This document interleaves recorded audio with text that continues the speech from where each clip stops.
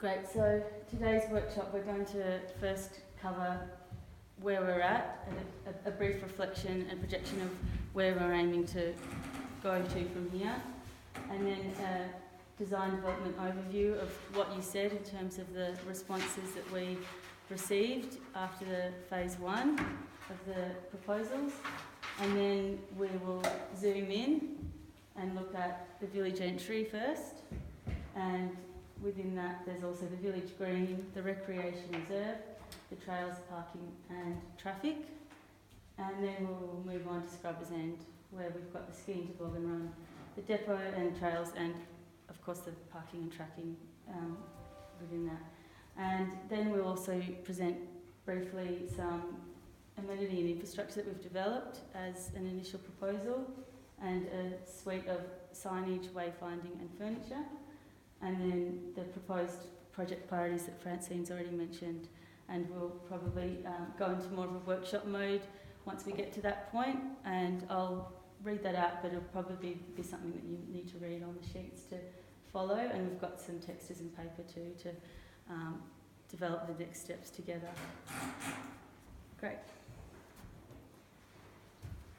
So in terms of where we're at now, we've just completed our first stage of design development, and what we've really done here is faced our key objectives of developing a set of detailed designs for both the centre of the village and Scrubbers End that consolidate your feedback and your input, and we've taken that on board to then consider how we can connect the two precincts and upgrade and increase the infrastructure in accordance also with the priorities that have been put forward, and also objections that have been put forward for some of the initial proposals. And we've tried to respond to that as closely as possible in terms of the broadest consensus of all the feedback that we received, which I will discuss in the next slide. And then we will move on to eventually, hopefully, in conclusion of this next phase, we can work towards devising a series of more detailed designs that can then be presented within the May Council meeting. So, yeah, can I just clarify? Yeah, so the intention is, following today, we provide a couple of weeks to get feedback on what we've shown today. Then we finalise the plans and the priority list for adoption at the May Council meeting. So that's the intention, is not to come back out to the community again. So certainly if we receive strong feedback that you want us to do that, we can certainly do that. But just so you're aware that the intention is that we want to sort of basically start to lock it in, because if we leave it too much later than May, then we'll lose time getting cracking sort of next year and getting things on the ground and adopted into the budget and things like that. Okay, thanks, Francine.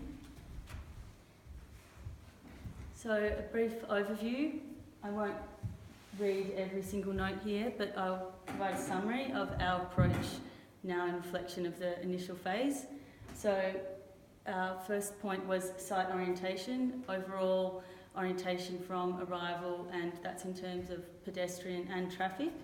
So there's often a lot of confusion now upon entry of the village, particularly in peak season, and we've engaged traffic engineers to revise this with us in terms of managing circulation of traffic, and part of that is also going to be signage, as well as some minor alignments of the road and a reorganisation of the parking and the allocations around parking, which you would have probably already seen within the plans. Is there anyone who has not yet seen our plans that were submitted through email in advance? So you've all had a chance to have a look at that. That's great. And that will also, as Francine mentioned, it will also contain some minor wayfinding system as well in signage, which connects to the broader works that are happening with the trail signage. And increasing amenity throughout the village, so developing a series of public shelters and an updated furniture suite that can be implemented over time as a consistent suite and it's appropriate to this alpine environment, and reusing some of the materials on site as well, such as the logs that are currently located in the town centre that will need to be removed. And framing key points of the trail and village area. So creating points of interest and broadening that tourist appeal. It certainly seems like the tourism is really going quite well here. Today it seems quite busy, but it is a priority is to broaden economic development of this area through increasing tourism and providing more options for people and attractions. So one of the key ideas within that is the idea of the historic water tower becoming a lookout that's scenic.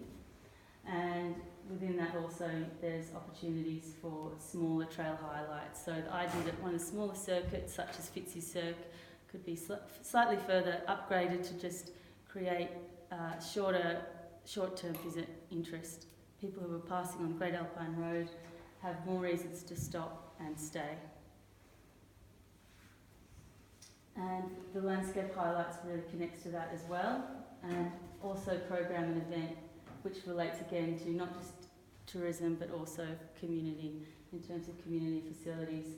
So one key area within the village centre would be the roundabout, which is being referred to by the community as the village green, and how could that have some power points and further amenities such as seating and become a bit of a community hub where there can be local events and festivities as well as potentially pop-up markets, etc.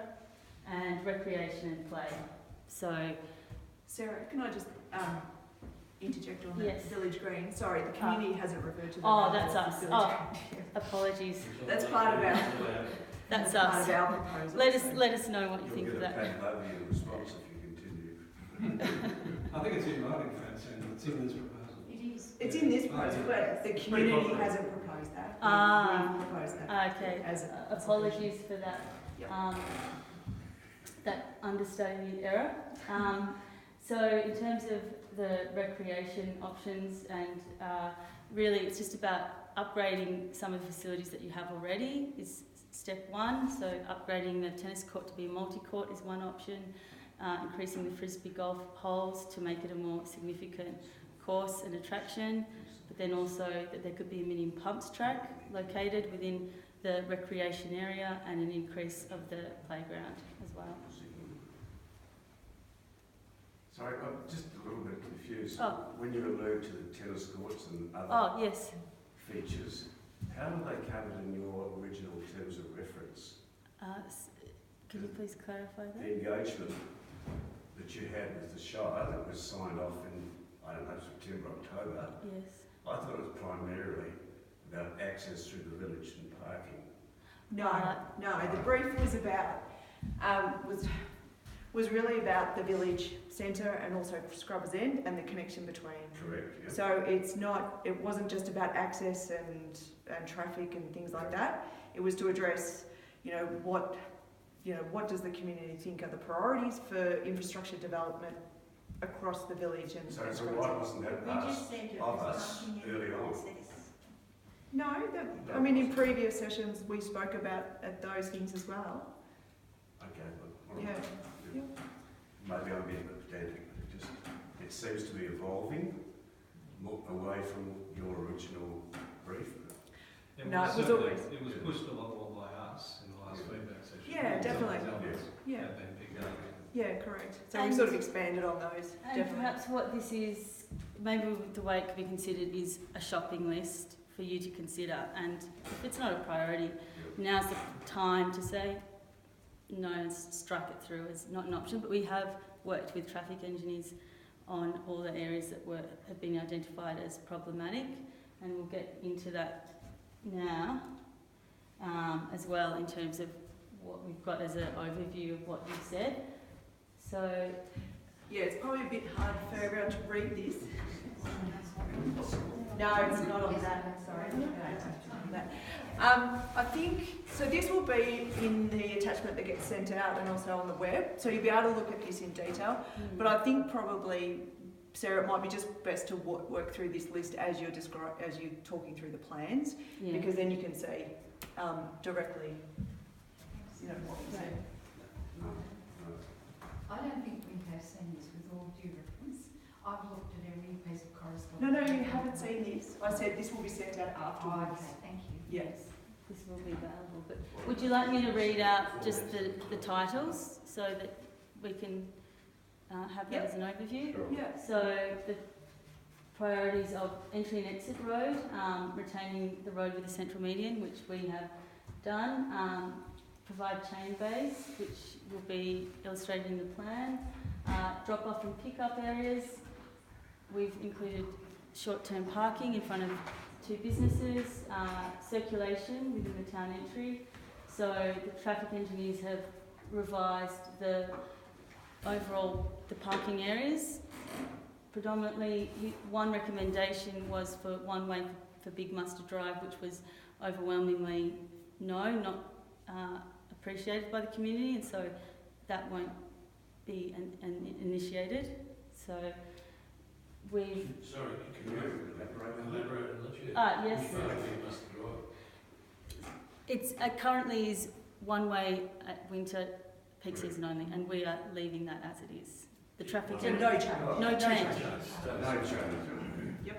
Leaving it as is. Stand down. Don't worry. And if you 2 on chains. On the map, you're showing the bit from the start of Big Mustard Drive right past the pub as being 2-way traffic. Yeah, we'll move on to that one as well. And so we're talking about the section between the village centre and Scrubbers End. It stays as it currently. I'm bringing that up because I know that it was a point of contention, and it was something that was recommended by our traffic engineers rather than coming from us personally, and we've conveyed that back to the traffic engineers. Just on your traffic engineering, have they been? Yes, Aaron has. In winter? Not sure on that, but yeah. Waste of time. They haven't been here in winter. Yeah, so improved traffic parking management, pedestrian crossings, etc. And in terms of entry activation, that it's hard to see into the village and it's hard to know of its presence. Certainly I have good friends in Omeo, and I've driven past Inner Plain many times and never been to Inner Plain until I commenced the project. So as an outsider I can say that yes, that is perhaps something that needs to be reviewed. And parking as well, just increasing the overall parking numbers, which we've managed to do, and we'll talk about that in more detail, as well as just improving the safety of the parking by creating internal circuit loops and also revising clear allocation bays and signage. Green season activity, gathering areas as well for the community and increasing amenities, which we've introduced. Some further wayfinding and signage. Part of that is already underway by the council, but we've built on this as well. And the village green and reserve of improving that central roundabout area as a park and a community hub. And again, yes, we've got Big Mustard Drive, retain it as it is, which we've done based on the community feedback. So I guess in terms of while the traffic engineers, what part of their role is working with your input in terms of your knowledge as a community, because you live here and you know the problems better than anyone. So it's really about you. In today's session as well, please let us know what needs to be revised in terms of your specific knowledge in relation to the snow peak season. What are the potential problems that could still be arising? Parking to Big Mustard Drive, there is some to drop-off points only. Most of the extra parking is really happening at Scrubbers End, and some screening and snowpark safety. And this is just an overview of the village centre for context and the Scrubbers End. So for our concept plan here, it has been developed to consolidate that feedback that I've just been through, and there's a proposition of removing the walls because they block the sight lines into the village. Sarah, sorry, a question. Yes. The car park, yep, what's that thing in the middle of it? So this is just a small curb just to create an island to ensure it's No. open enough. No. You're insane. No, usually, that was the biggest feedback I gave. No. During peak season, Let's there's, let her get there's through car that parking in and the then middle too. discuss the Isn't it? issues. Yeah. People park in the middle. That's okay, it can be easily removed, that's not a problem. Yeah, Just but what happened to the feedback? Did you talk to the smoke clearers? Yes, but as a spoon drain, there are spoon drain curbs already on site, so it's no different to a spoon drain in terms of its form. So Like the a smoke gutter. clearers have no problem with you putting something in the middle of that?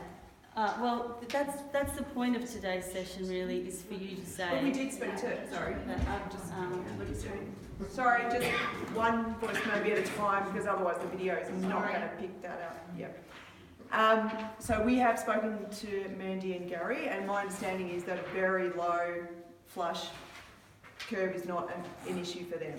But we can double check that, that's fine, not a problem. But it's a fairly minor. Well, what's it for? What's it actually achieving? So it's to help direct the flow of traffic in an orderly sort of one-way loop around, yeah? But So it will coming in, reducing the number of car parks, is that correct? no, the parking numbers have been retained and they've been increased in that there's now trailer base here. Yeah, but over there where people actually want to be, is there a reduction in car is there a parks? reduction in car parking? Can you answer that, Sarah? No, there isn't. Okay, are you going to remove the thing at the bottom of the stairs? What thing? The raised area of concrete which doesn't get any snow clearing at the bottom of the stairs? No, that has been expanded through there as a pedestrian threshold. So that would need to be cleared, obviously. Like it can't be, There is a loss of car parking. So there's a No, further loss of no. car parking? because this has been It's the same reconfigured, numbers. the geometry you see the roundabout here is no longer circular. So that has allowed us to get more car parks in there, Okay, yeah? Or the same, sorry.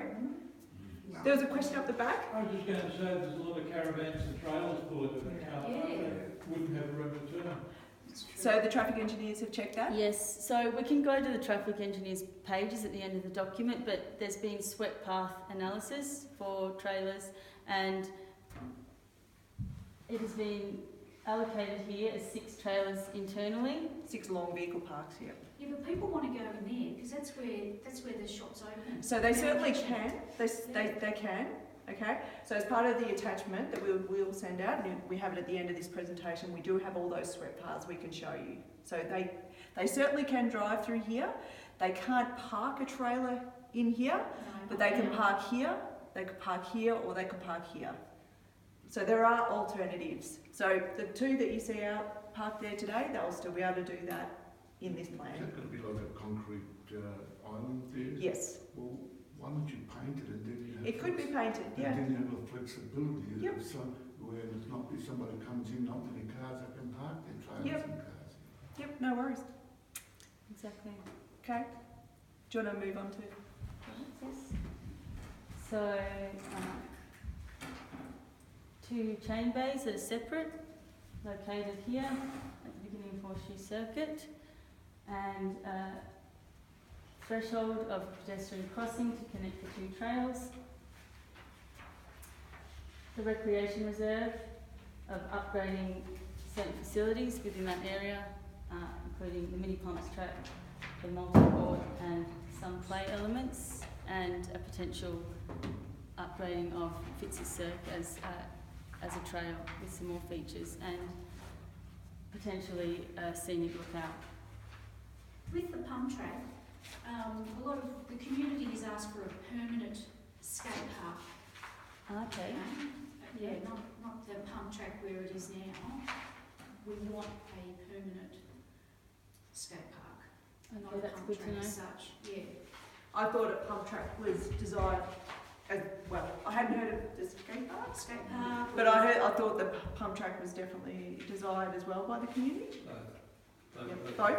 Okay. So one good thing about the mini pump track really would be that it aligns with the current culture of mountain bike trail riding. So if you're a family and you're interested in biking, that you could bring your children as well, and they can practice and gain skills in bike riding and then do bigger and bigger trails during their visits here. So it's a bit of a starting point for the younger generation to create that intergenerational appeal to the village.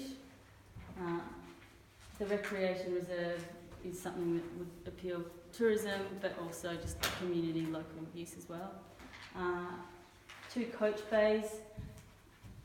They have to be singular rather than double parks here, but there's both drop-off and pick-up points either side, and they're located right next to the village centre for easy access. And they also, one point though is in terms of this intersection here, which I'll move on to, the intersection here has been realigned and formalised just to clarify that that's a 2-way option rather than a formal roundabout, because there's a legibility issue with the roundabout reading as a roundabout rather than a point where you can turn right or left. So part of this intersection formalisation aims to improve the legibility of the traffic management. So that's a major change to what you know now. So the proposal is that this is all 2-way, yep, no longer 1-way. So because 2% of the population can't read signs, we're going to change everything. Well, we don't have to. Though. We certainly don't have to, but this is, we're just about, this has arisen out of trying to make this more legible and also easier to move around the village centre. We certainly, this is a new opening, so at the moment, you've got to come in 1 way. If you want to go back to this location, you've got to go all the way around, come back past almost out to Great Alfred Road and come back. So this insertion, I think, was, very supported. Yep. And then the idea is that there's a lot more freedom of movement around here. But certainly, if you're not interested in 2-way, we can go with that. If you make that 2-way, you're going to cause more confusion because you're going to have people coming back and then going back up the wrong side. Yeah. It's 1-way all the way around, even out. They do it now. Yeah, But okay. not everybody is. I mean, it's a very small percentage of people that don't follow the road signs. There's one other. We keep making out that it's some massive problem. It's not. Okay, that's good to know. And I think you'll find there's quite a bit of activity out in front of that pub in the winter time, and with young kids and whatnot. And I think you're looking down the gun barrel of an incident, or even worse than that, of 2-way traffic. So preference to keep it 1-way around. I think from a safety perspective, because it's pedestrians and it's it's a really no response. Okay. I mean, current road laws are to keep left in line, so. I think so. That's great, but perhaps what we could do is just create an allowance for buses to be able to turn in, because what the issue is in terms of the swept path analysis for Horseshoe Circuit, a long bus and a car can't really pass each other on this area. So But then why wouldn't you do it back here? If you're doing that, why wouldn't you just curve that and stop them from coming all the way in? yeah, so in terms of the parking being here, there could be, I guess, potentially a... Are you still looking at putting bus parking in that spot there? Because it just doesn't physically exist, that space to park a bus. So these are the proposed bus bays here. Have you been there? No, so these are proposed. It sounds like it's all being realigned, like this would be major works. Can I? Yes, just one maybe person at a time. Yes, it is. These are major changes. Yep. This is not just. These are not. We're not tickling around the edges here. No. This is the context we're having trouble, Francine. We can't get money to operate a tennis court, and all of a sudden there's millions of bucks to do this. Is there? Nobody understands. Well, there's Is not. there though? There's not. There's no money. So No. can we There's no come? money, so Well, what are we talking about? There's not no money. If we could just come back to the purpose of this project, yeah, which was we heard a lot of conflicting views about what needs to happen in Dinner Plain. So the purpose of this is to look at all these things and say, okay, this is what you can do to solve all the issues we're hearing about. But where you want to spend the money is up to you, because yes, we have $5 million worth of projects on these plans. Yeah. We have $1 million left in the new and upgrade commitment made a couple of years ago to add to the Dinner Plain Reserve. Okay. So clearly we don't have all the money and we have to pick and choose. So these are basically major changes to this infrastructure. But you might say this is not value for money. There's not enough issue here, and that's fine. We've lost it. Yeah. That's totally fine. If you think that we've gone too far on this and it's too much money, that's totally okay as well. But you do need a long-term plan. Correct, yeah. So, And so this might be this might be the last thing on your as list. long as the community has, input on the priority of what's done. Correct. I don't think, as long as people understand this is long-term. Yeah, that's definitely, $5 million is not spent in 1 year.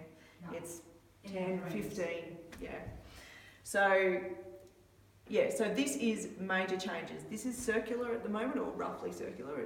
It's got a radius, and obviously these lanes would be made wider because they're not sufficient as they currently are.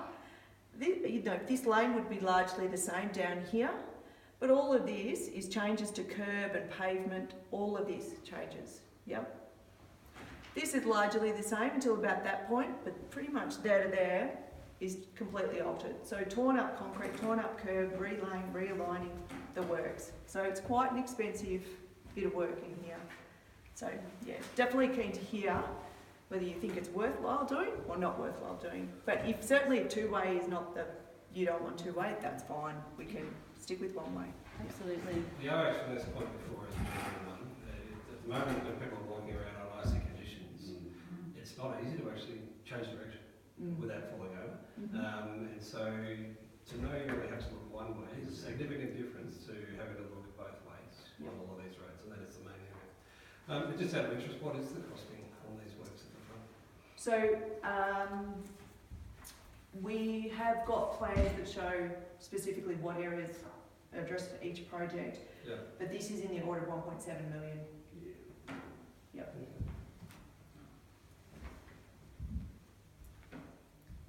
So we will revisit that too as we go, and I do have the traffic engineering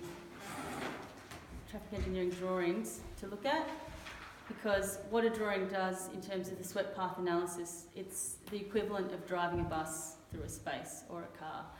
It can't incorporate issues such as ice, as you mentioned, and other contextual circumstances about doing a plane, but that might help as well, just to show how the engineers got to that particular point in terms of that development.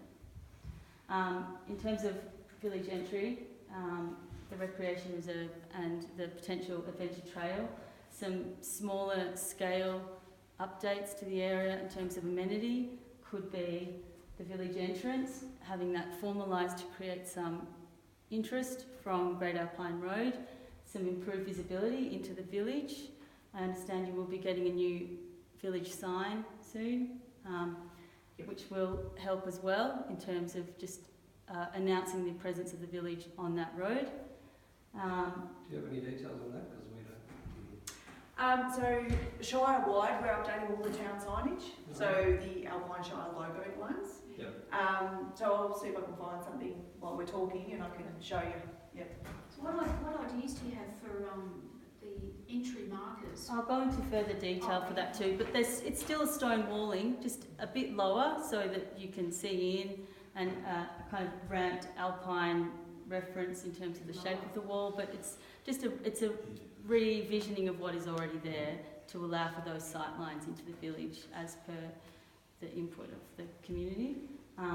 Active recreation points would be to include a mini pumps track, and that was discussed previously, but it could be timber and a combination of asphalt, and it really does provide that opportunity for the younger generation to engage with those themes of active recreation at Dinner Plain. And there's an opportunity for extending the playground slightly. This would be significantly lower cost and just create some further interest within that area for young families, and some increase in terms of furniture and amenity, and a potential multi-court as well. And there is an option to investigate the idea of the scenic lookout as a tourist draw-out if there was interest. Sorry, scenic lookout. Sorry. What do you mean by scenic lookout? I'll go to that in more detail, but it's just really, it's a proposition only of just an option to consider in terms of tourism. Sorry, does that have the origins of the Shire project of 2012? You're talking about the water tower? Yes, we're talking about the water tower. Yep. On that drawing with the multi-purpose court, appears on the drawing you've got, there's only one court. Yeah, I was No. going to say. I look at that as well. Yes. So they will have a basketball Yeah. court up the middle over the top of the two tennis courts. So it's just multi-court means resurfacing and variation in marking so that you can play basketball or tennis and just more programs really, but within the same area. It's quite common in urban areas now where there needs to be a multi-purpose quality to these recreation developments. Sarah, do you mind just going back one slide? Oh, sorry.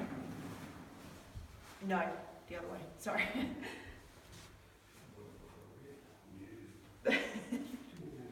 That one, yeah.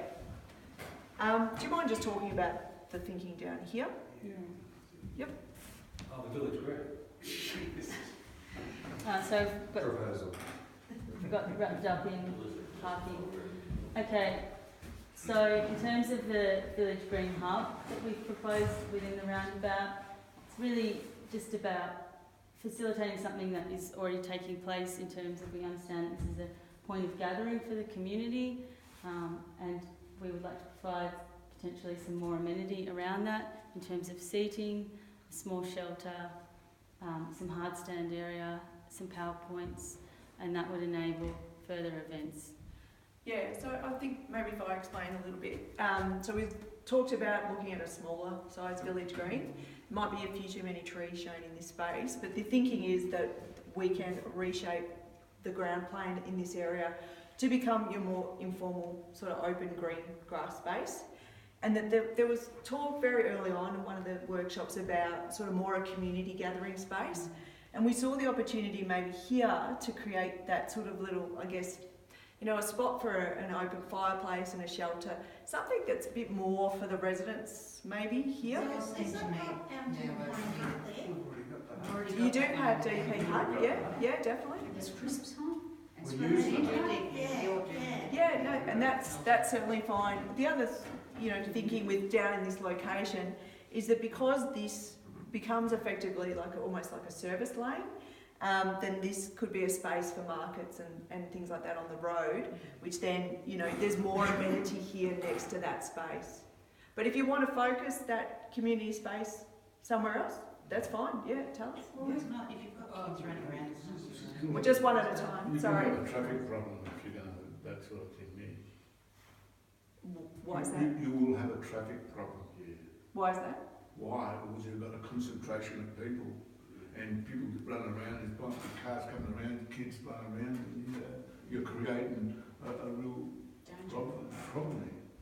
So if you have it somewhere where it's not accessible and it creates its own car park, because that car park is not for there, it's a car park that you got there is for the rest of, you know, you've got the pub there, you've got the various commercial buildings there, which in the future you're going to have more commercial buildings, so it's really not functional. No worries. But it raises an interesting issue. I mean, and from what Josie was saying there, the community does already use the existing community facilities. Sure, yep. If you went back a couple of slides. Yep. We had raised this one? We had raised this previously, actually the one you had just before. Earlier, Sorry, I'll get out of the The camera. overall. This area here, we sort of talked about the car parking and people crossing roads and that sort of thing. And so rather than splitting the community resources in two different spots, are we better off not building on what's already used? But also from an OHS point of view, if everybody is parking on that side and the playground is there, it means the kids aren't crossing roads. Whereas if we create a new area, I tend to agree with that. So focus more around the DP Hut. It's already used. It's already used. It's only Run markets and you do all that. Okay. Yeah, no worries. So keep this more just open and not. Yep. Okay. Sorry. Off the back. Is there a dedicated helicopter pad for emergencies? Not as part of our proposals. There was a helicopter landed on that the other week. That's was it? primarily where Eli's land. Okay. Another good reason to keep that unencumbered. Yep. No worries. That makes sense. Thank you. And I think if you have a look at... A what? Sorry, Paul. Yeah, you wouldn't think if it's a dedicated I wouldn't make it dedicated because it comes with lots of other infrastructure. If And as far as the CFA plan, I think that is the area of community gathering in terms of has to be totally open by planting trees and infrastructure there. Potentially could be able to. Yep. Okay. No, that's good. Thank you. Where's a safety meeting place? There is none. There is one. Under the CFA plan, it's there. It's internally, it's great. The one who also has a safe meeting place. Yes, and that's where Ramada's is as well. Yeah.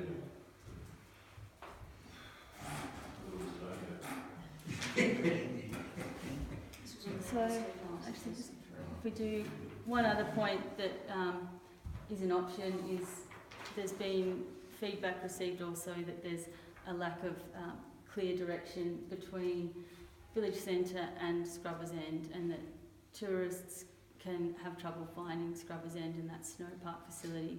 So perhaps a small wayfinding system would help to link the two areas. And it is something that it would need to have that visibility in the snow, but it could be just following sight lines as quite a small, low-cost initiative to just encourage people to follow the Big Muster Drive, especially because there's no footpath and it's shared access. It might need that formality to it of a mark system. Yes? Sarah, on that diagram, Yes? down towards the onsen there, you've Yes. got the blockage. How do you propose the caravans enter into that area? Through here? Are you talking about this area? In between those two, through the two anyway. Yeah. So you can enter through there. Right. That's an opening. That's also an opening through there too. Okay. Yep. Has traffic management No, it's concern different. used buses? Because this time last year, with the new bus company, they were taking divots out Yep. of all that area, and Yeah. it became a mud bowl. Yes. Yeah. So this has is traffic management considered big buses. Yep. Yeah. Yeah, so it... That radius is too sharp. The buses come through there. They can't. As it currently is, yes, Yeah. it is. Yeah. Yeah. But this is different. This is and it has been looked at, and it would be checked. Yeah, in any final. Well, it looks like we'll definitely have to go to the specific traffic engineering analysis on that as well, where we can look at the swept path on that. Just before we move on to that, you may have mentioned before about putting power into that roundabout. Again, that's something we've been raising for about 3 years. I thought that was on Michael's list. So is that not happening? Yeah, I know Carl. So down in the roundabout specifically. On the roundabout, and the feedback we had from Michael a couple of years ago, or when he started actually, was that because the light poles are already on there and the power already does go through to the roundabout, that it wasn't going to be that big a deal to be able to add Okay. outdoor. So like a power bollard. No, just on the power poles, on the existing infrastructure. What sort of power do you know? Do you need 3-phase, 15 amp? Just 10 amp. Just 10 amp? Yeah. Okay. I mean, ideally we put others as well, but all the activities that have been happening in the last few years only require 10 amp. Okay. Yeah, well, we can include that as part of this scope. So Well, yeah, we'll but make sure it's added to the list. What about at DP Hut? Is there a desire for extra power there, or do you use DP Hut's power? We use the hut. We use the hub power, yeah. No worries. But Okay. I'm concerned some things that we thought were on Michael's list seem becoming capital items or slipping into this process. There The may- process could be on forever. Yeah, that's fine. That is a relatively small project you're talking about. They always cost more than you think, but yeah, it's relatively small. Yeah. Yep. But I'll add that. Confused on this access in here, because this is currently in front of the onsen here, isn't it? Yes. Yep. Now, the way that that's sort of being shown is that that's being blocked off for access. No, If you're saying, no, like, it's you've got not the big blocked buses off. to come in. It's not, you can drive, you can enter here. Yeah, but what's this? It's Is just to that- slow that's- down traffic for safety management. You can slow down buses too. If they're just trying to Yes, get in. buses won't have, ideally wouldn't have access to this area in this plan because. Yeah, but we've said that we want it one way, so it'll be one way the buses. Yes, so that's a, Yeah, so the Because bus. bus trying to get around there has got the same problem trying to, with the big buses trying to get around here when you've got cars. But you've got the same thing here that you need to make so that the big buses can get in there. You're going to be, So if the bus stops are here, is there a reason for buses to go in here? well, I think you'd find some of the buses do go in But there. not only buses, there's also delivery trucks as well. Delivery trucks and the rest of them. Yeah, they have different requirements in terms of turning movements, but we can make sure Well, no, that the there's the big gas truck, Gas tanker. the Yep. gas tanker. Yep. The delivery. All other stuff that goes down into the industrial area. No worries. We'll make sure that's all accommodated. Mm, Yep. definitely. Can we move on to Scrubbers End? Or? Yep.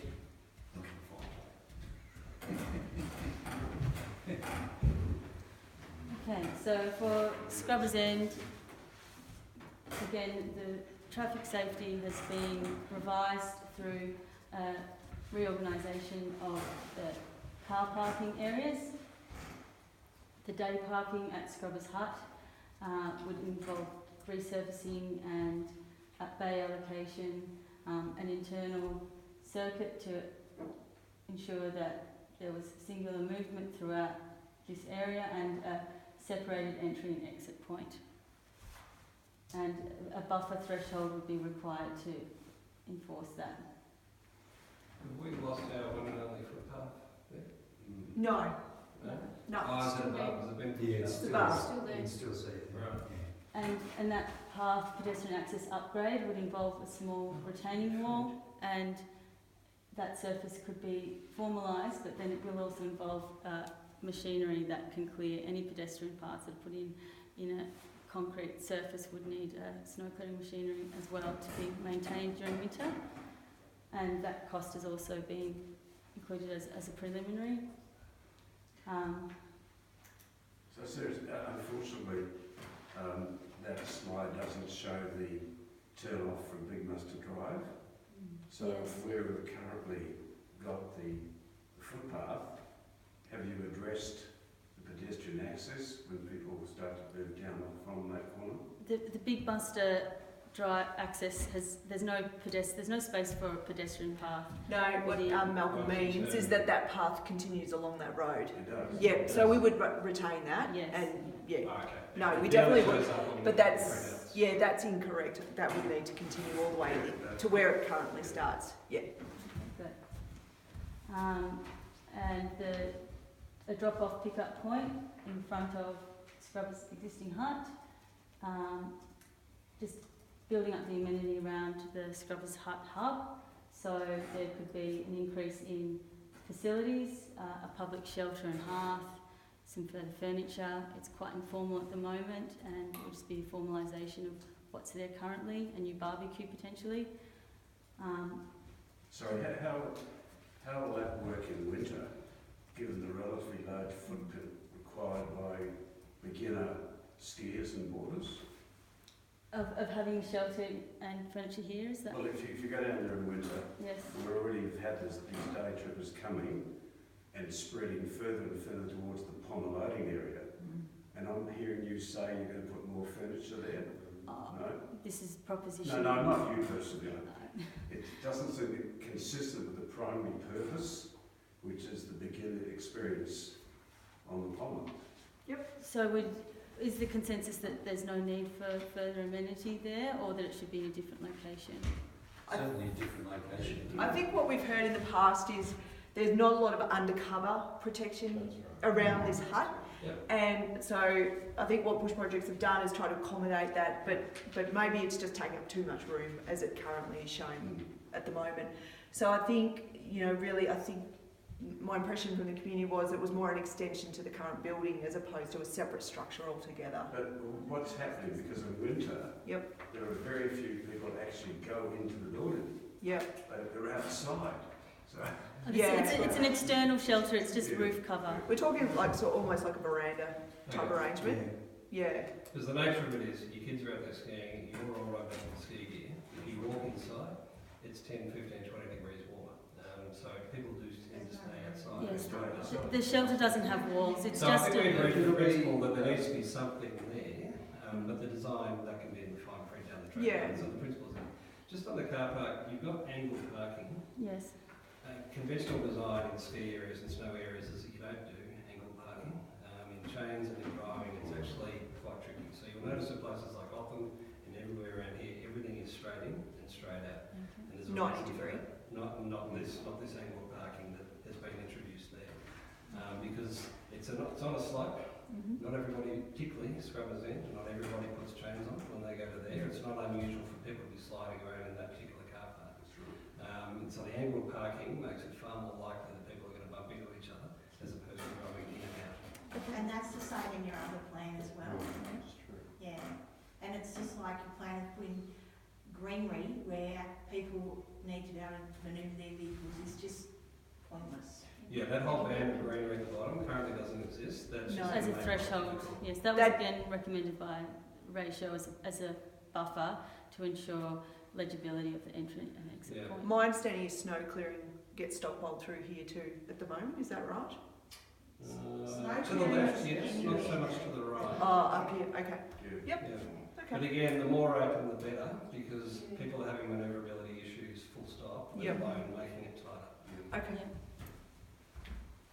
So, So no the illegal parking actual throughout the increase village? in car parking Yeah. numbers, Yes. do we have an actual number? Yes, I have them here. So, overall increase in parking of 77, 10 overnight, 19 day and 48 staff.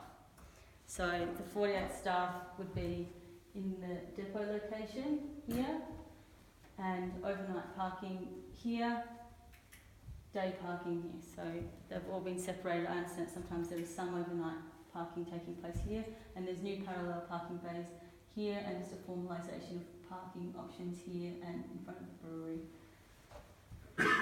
Which is pretty well what we've been asking you to do. We seem to have lost the parking on that corner. Was that corner too hard? It's still, in terms of a turning circle here, No. it's under review. That corner. This is very steep through here, yeah. It's under review as a road though. The engineers haven't gotten. Yeah. So what we're looking at final doing is point maybe whether that's possible yet. allowing turning movements back around. So that there's sort of a logical end to that road and easy for people to come down here, just do a turn and come out. Because at the moment you've really got to come down here and probably do a 3-point turn. The turning circle there would be invaluable because most people go down there, either go into the depot or they go and turn around somewhere else. So that would be a very logical spot. Yes, that is under review. But that's meant to be in the industrial area, yes? That's, yeah.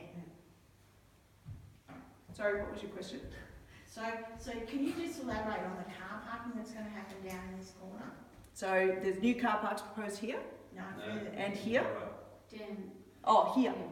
So the intent is this is parking for people who are here for 2 weeks or more, so staff or employees parking. So they park down here, leave their car there and just work here or Hotham or wherever they. So the big change is you've got a boom gate.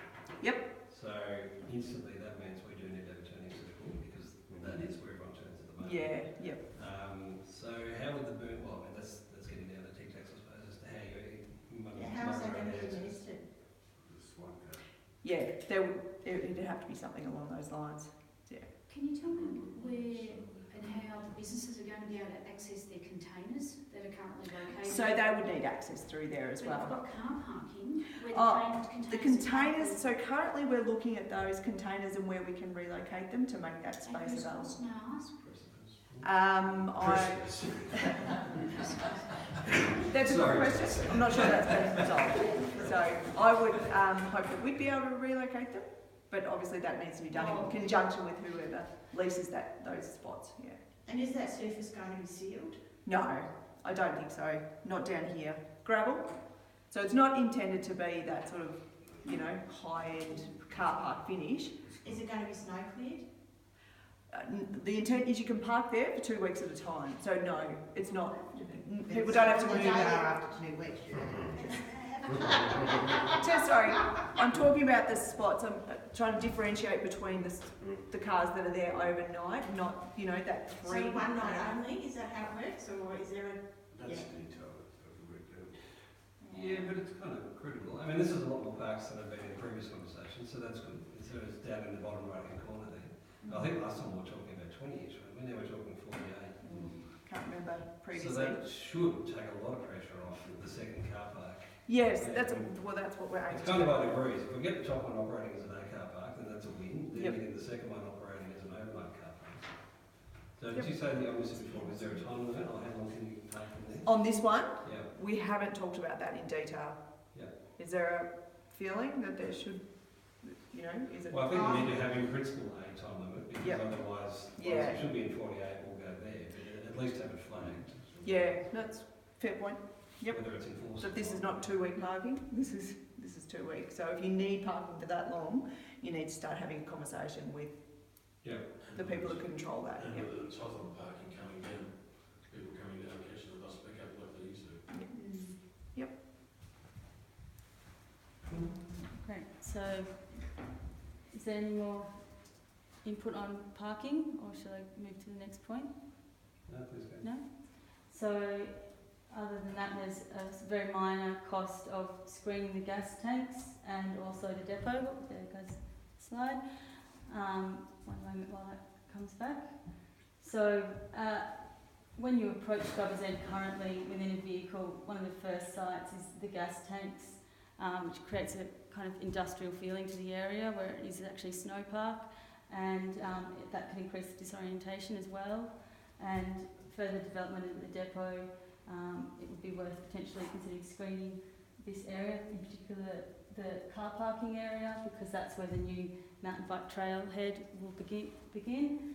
So these are really just low cost updates that are When you say possible. screening, is that screening going to still make it easily accessible for the big gas tank and getting in there? Yes, it'll be just trees, and we do have some sweat path analysis on the truck as well that we'll look at. There might be a tree or two that needs to potentially be removed in that area. At the moment, in front of the gas tanks, it's virtually clear. Needs to be. Which needs to be protected as being expected. We'd so only be so planting, screening is here. yeah, we're not going to stop access or, Can't you just put up a big fence? It can be a fence. it could be a fence, but I think planting would be more sympathetic in this environment. What are you going to plant? Snow gums are going to grow up, they're not going to conceal the gas tank. No, it's There really, is a slope though, because there's a slope of over a metre. The trees and the slope combined would help to conceal the tanks. we're not trying to, you know, close them off completely. It's really just they stand out quite dramatically because of what they are. Because So it's an there's industrial no- area. Yeah, we Because just, then when the village is built, that would be industrial area. yeah, it doesn't mean it can't be more attractive though. I think we should celebrate the dump point more. Sort of in a temple around it or something. We could have a whole festival around it. Run a flame. Sarah, are you going to Roast pig. expand on how people will access the toboggan run?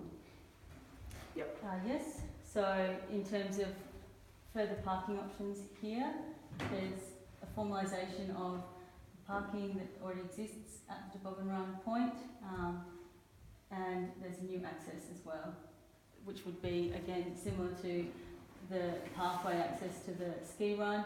Could be a formal surface such as a concrete aggregate and a snow clearing vehicle that could be pedestrian. Could you give me a sense of how much work has been done? Because it's my understanding that that's an area that ponds quite badly in winter. Yeah, so that's why this would be a raised A lot walkway. of civils to be done there. Yes. So you see here? Yeah. Yeah, so that texture there is indicating more a raised walkway through that area. Yep. Yeah, but so the proposal is for a continuous path, you know, picking up where these car parks are as well, but connecting through to this node here, which is toboggan amenities. And that's proposed to be all snow cleared, is it? It would need to be, yeah. Yeah, there's no point putting a path through here and then not clearing it, people would walk on the road. Francine, have you had some discussions with the currently existing lift company about how they feel on that proposal? For this pathway here? Yeah, so we've had preliminary discussions with Mount Hotham Ski Company, but we need to have more, based on this, more detail, because they were pretty early on those discussions. So you'll also see that there's a proposal here to extend the net, to also stop people coming straight down this, obviously where the cars are, and also the path. Here, the protection at the end of the slope would be more about earth mounding and flattening it off and smoothing it out, because it's quite rough at the moment. And so it's really just about taking that end slope off and just, you know, as a gentle kind of flattening, I suppose. This needs to be more severe just because of the steepness of it. Like, we need to do something more dramatic here. So the groomers will be able to access from which point? Wherever they do currently, yeah. There wouldn't be a proposed change to that. So left of the wall. There's already a part existing net there with framework, so they've managed to get around it so far, so yeah. Yep. There's 4 posts existing, you're looking at another 5. Yeah. Is there any consideration of putting barbecue hut facility / shelter in that area? Yes, that was the last point actually. Okay. Just a smaller scale to the ski hub, but that there could also be a shelter and also some amenities as well. And that's also within the priority schedule as an option. And we have some more detailed images of a potential shelter as well. And that's, again, an open air shelter, so just a roof. With table facilities. And picnic seating. Yeah. But and a single unisex toilet, like disabled access unisex toilet in that location. That's So obviously... no more yellow snow. Yeah. No, more yellow snow. And just so that it's not so far to walk your kids back to, Yes, to the ski slope, really. Yeah. Sarah, are those dark blue lines meant to denote pedestrian walkways? Do you mean the grey lines? Well, grey, whatever they are. These tracks? Yes. Yes, yes. So, what on earth is that one that's vertical, going from the hut straight up to the top of the page? Not that one, the other one on the left. This one? Yeah. That's a pommer. That's not a pedestrian access. Anyone goes to walk there, it's very, very steep. Yep. Moreover, when you get to the top, Yep. you're going to be And you're obstructed by the infrastructure. Yeah. And then private property. It's not a public. Yeah, so some of these also would be winter tracks versus green season tracks. So but we'll look at in detail at that one. Yeah, Yeah. please do. Yep. It is not a pedestrian. No, it shouldn't read as one either. Just one before you go. Yeah, back on the Scrubbers End amenities, one thing that was on the wish list was the toilets. The volume of toilets is insufficient. That seems to have dropped off. I like the additional structure you're looking at from the actual, but No, I think is there a note to discount the toilets? This was, it was in my original notes, but increase it was amenity and facilities. Showers as well? No, we took out the shower. Oh. We didn't propose a shower. Okay, So yeah, the proposal is to put 2 more toilets in there. Yep. but no shower. Okay, No shower. all right, so that's clear. No shower. Why don't you shower? Good. Well, No, the just double shower checking. was raised. The shower was raised for the biking community who came up for the summertime. So I don't know. Perhaps consideration should be given because it is a developing. So it's one of the only times. And Well, then that's interesting. I hadn't heard that reason. Shelley had previously pushed for a shower for people who weren't paying anything camping down there to have a shower. I was never really sort of wild on a shower, so people who were camping for free. But then what you raised, finalising with something that Carl raised, which was also about a suite of facilities for the mountain bikers. So Correct.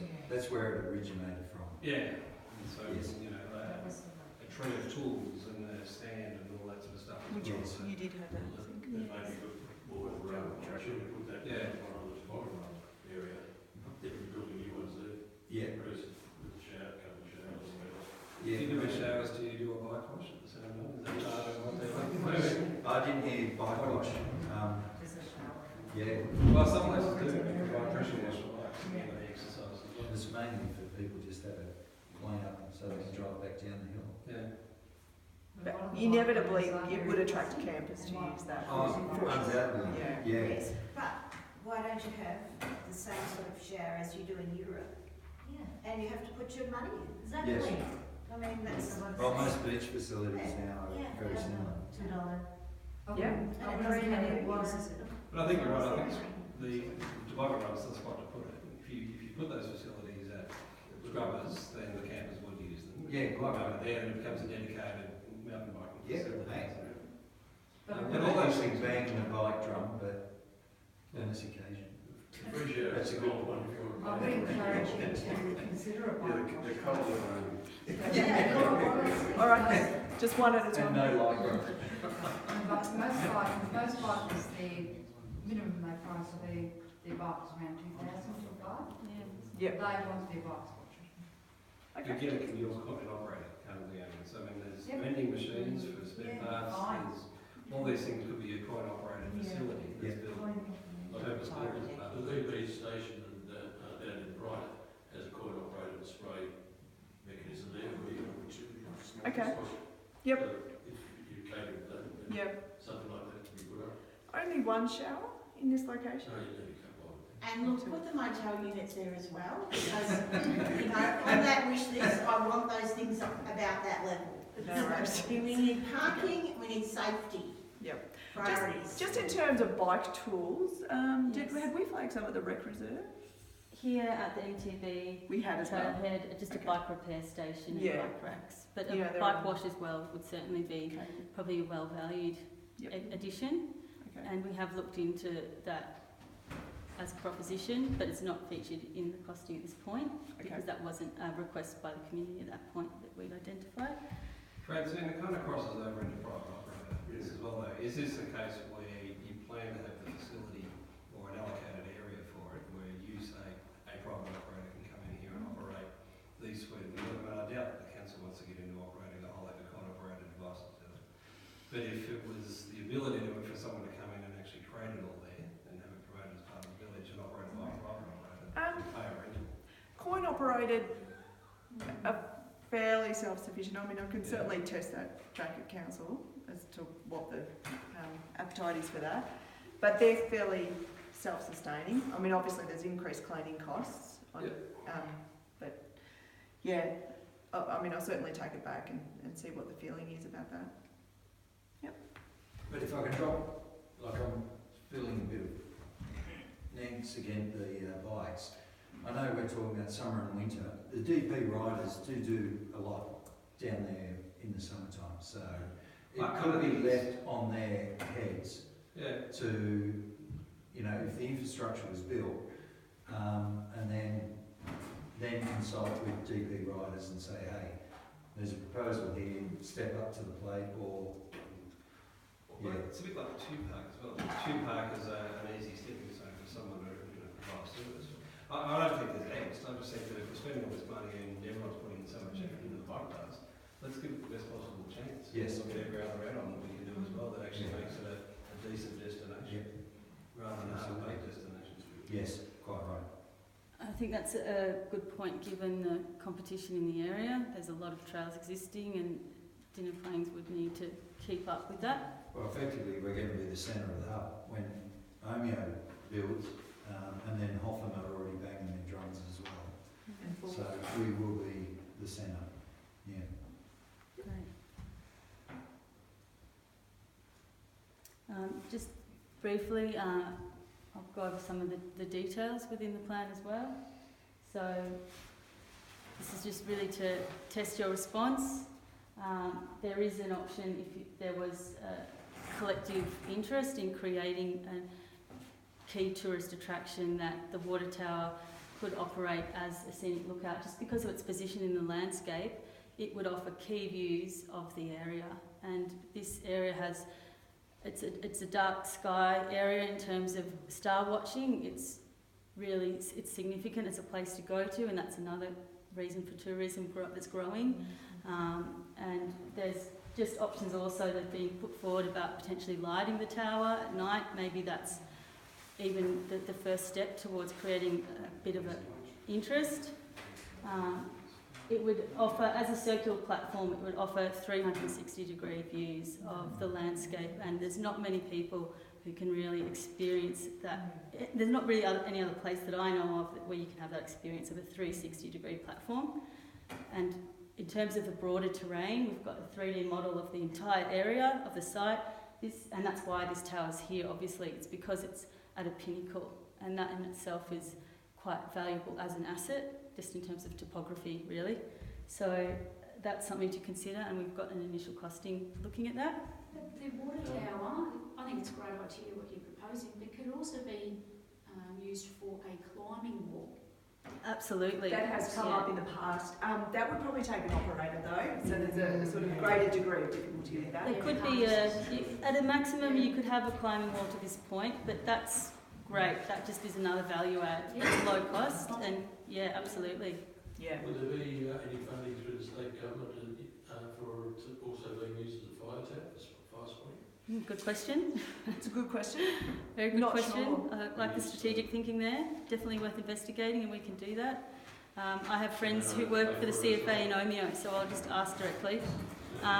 Another thing, in case anyone's concerned, lightning.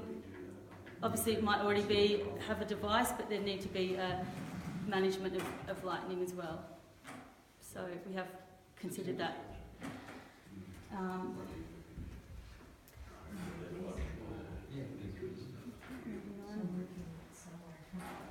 Village entry. This is also again just propositional that there could be some wildflower planting.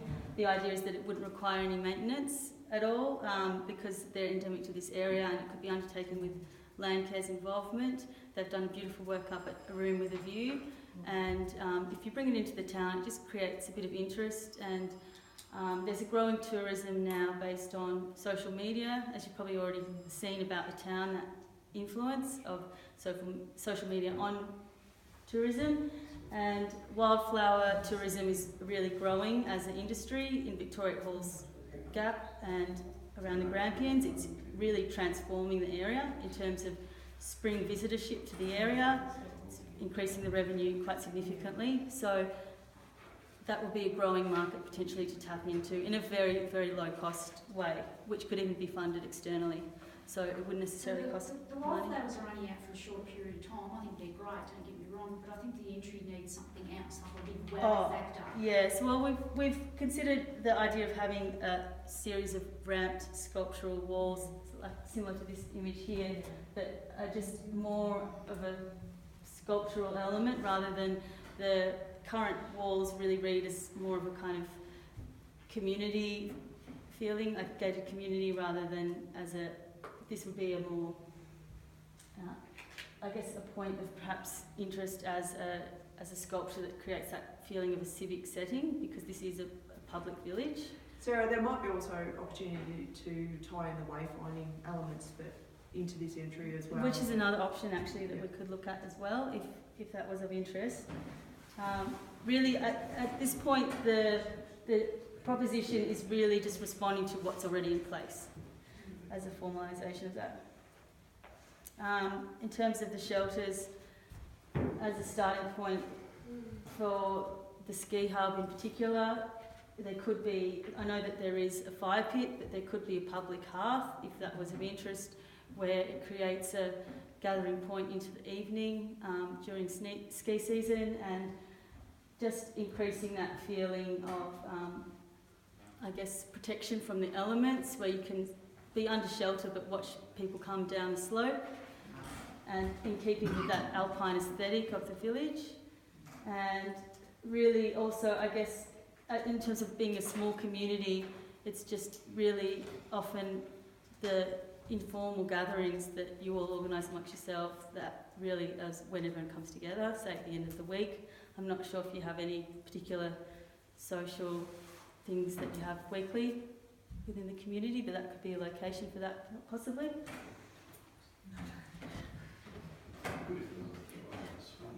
And a public furniture suite as well, of just using the existing logs on site as well as hardwood timber and galvanised steel, just to create further options for amenity throughout along the trails, but also at each hub, both the ski hub and the toboggan hub, and also within the playground area, which we've referred to as the recreation reserve. And in terms of the orientation markers, a low-cost option could be a series of timber posts, hardwood, that could have a surface that is faceted in a bright orange visual colour. It needs to be something that can be seen from a distance, within snow or blizzard, that it's a really bright reflective surface, and orange is something that's already used within this area along the broader trail network.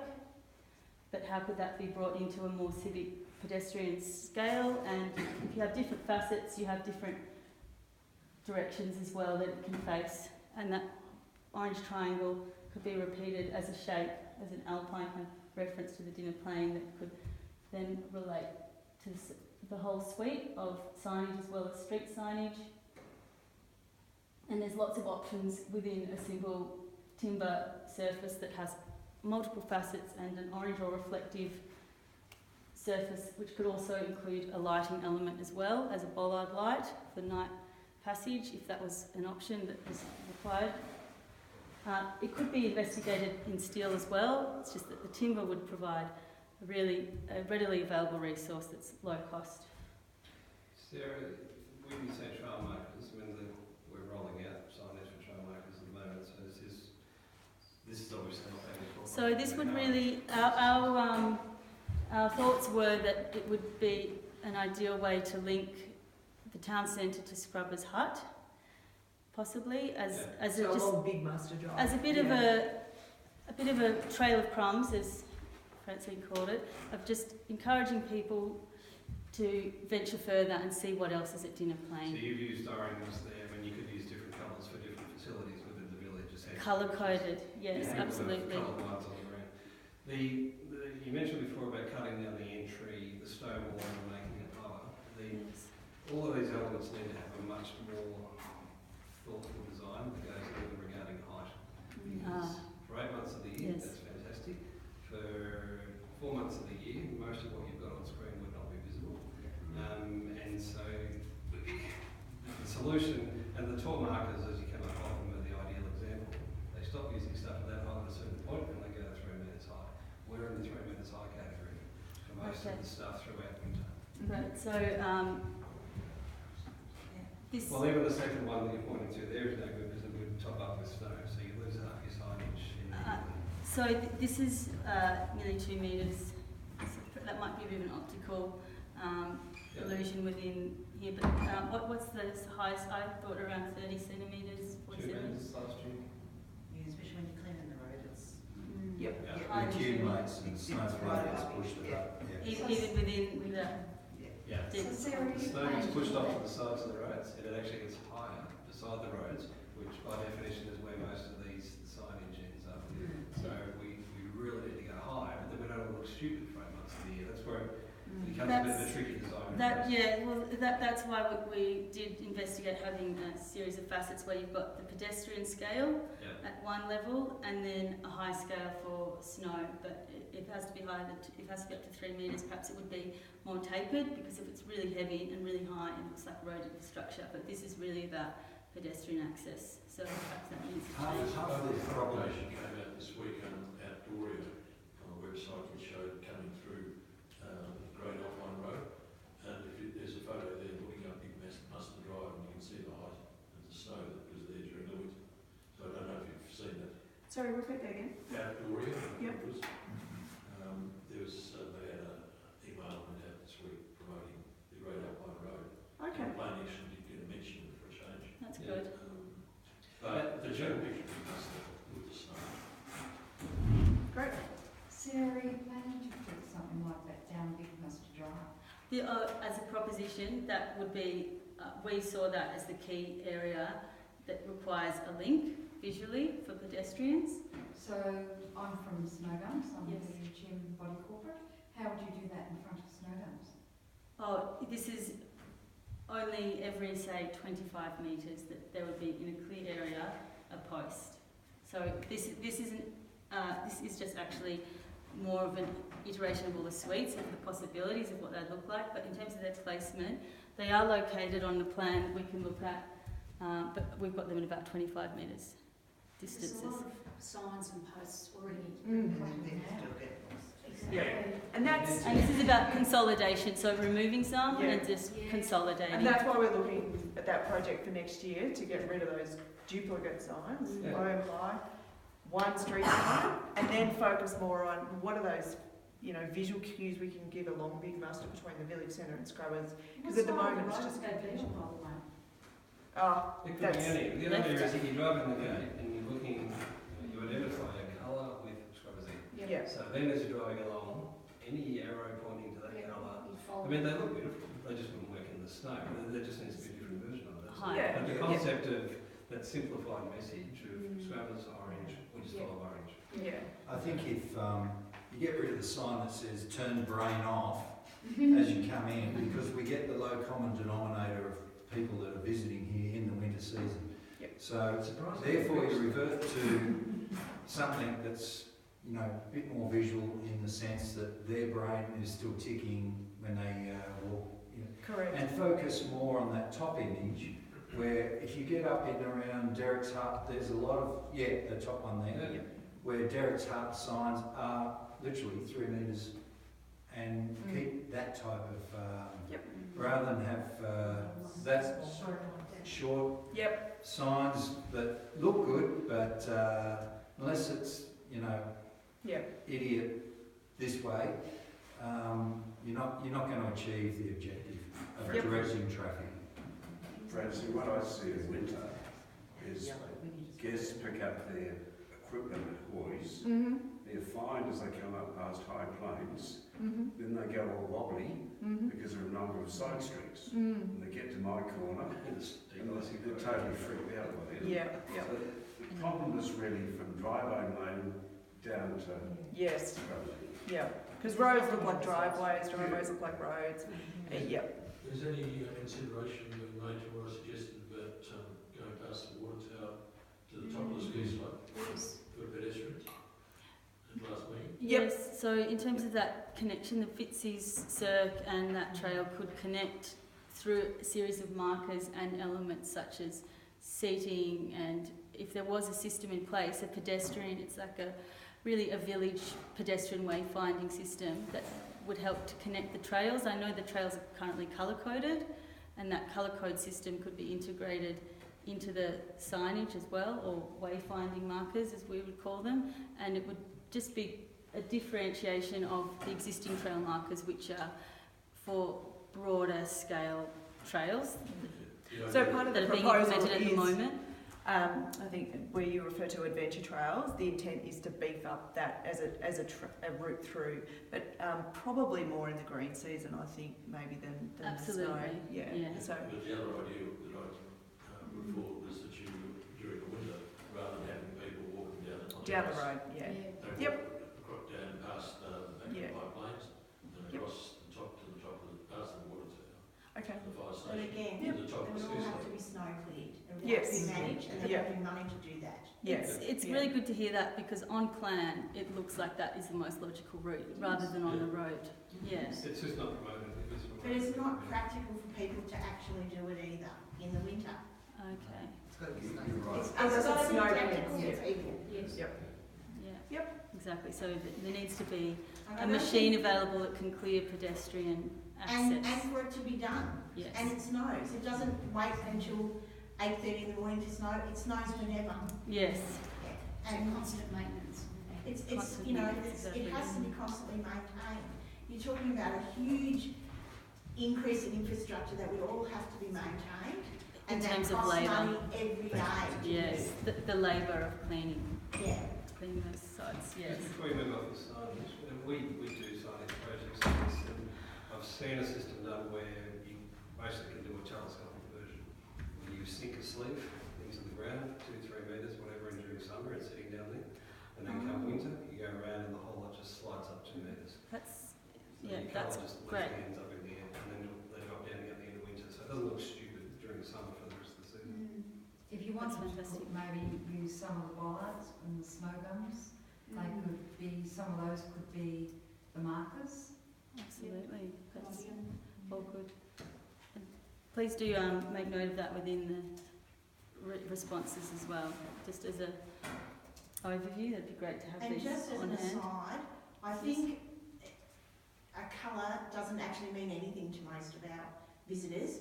It needs to be a picture of a little skier. Ah, yes. Like it needs Well- to. I was just thinking, for driving in, Yeah. Yes. how do you know to follow yellow for So scrubs? yeah, this is more just the form, Concept. the concept form, but absolutely part of the idea of having that coloured plate is that it can have a graphic as well. So that is, yes, part of the concept here is that on a certain direction. So if you're coming from Big Mustard Drive, the orange triangle facing this way can have a skier on it. But if you're coming from the other side, you might see something different, and it might be at a different height and relate to a different piece of information, possibly. The colour system does work in hospitals, that's the reason they do it. But are we going with a male skier or a female skier or a unisex skier? It would be a gender neutral skier. Unquestionably gender neutral, yes, these days. So, project priority schedule. So I'm going to hand this out because it's almost impossible to read. I've only got 10 copies, so you might need to share with your neighbour. And yeah, there it is. Obviously, based on some of our discussions, it might change the project there.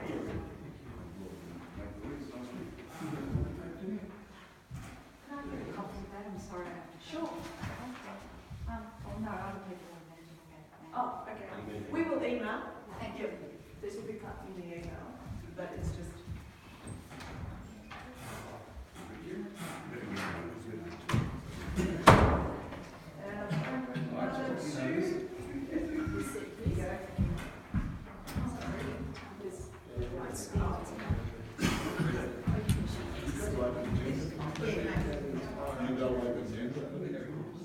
Oh yeah, yeah, it depends on the cost. So, maybe Sarah, do you want to talk through what's on each of the list? Now, we've sort of, it's broken into 3 sections. We've got the town centre up top, Big Mustard Drive, and then Scrubbers End. And these are numbered 1 to 5 or 1 to 8. It doesn't necessarily mean that what we've listed at town centre is more important than Scrubbers End. We want to hear that from you, I suppose. And what we've tried to do is group logical bits of work. You know, we don't want to pick out the curb here and the park over there. It's really about what would logically be done together as a package of work. And like I said, I think there's probably something we've spoken about, which is, like for example, the village green, where we talk about park infrastructure. So you can see here, including power and water connection, custom shelter. We've talked about not wanting that, so that would obviously change the cost of that. Yes. And we essentially cross that out of the costings. So I'm not sure how the best way to tackle this is, but I suppose maybe we start off with essentially asking the question is, you know, do people feel like more the Scrubbers End is more high priority than the town centre, or vice versa? Maybe we'll start with Scrubbers in that way then.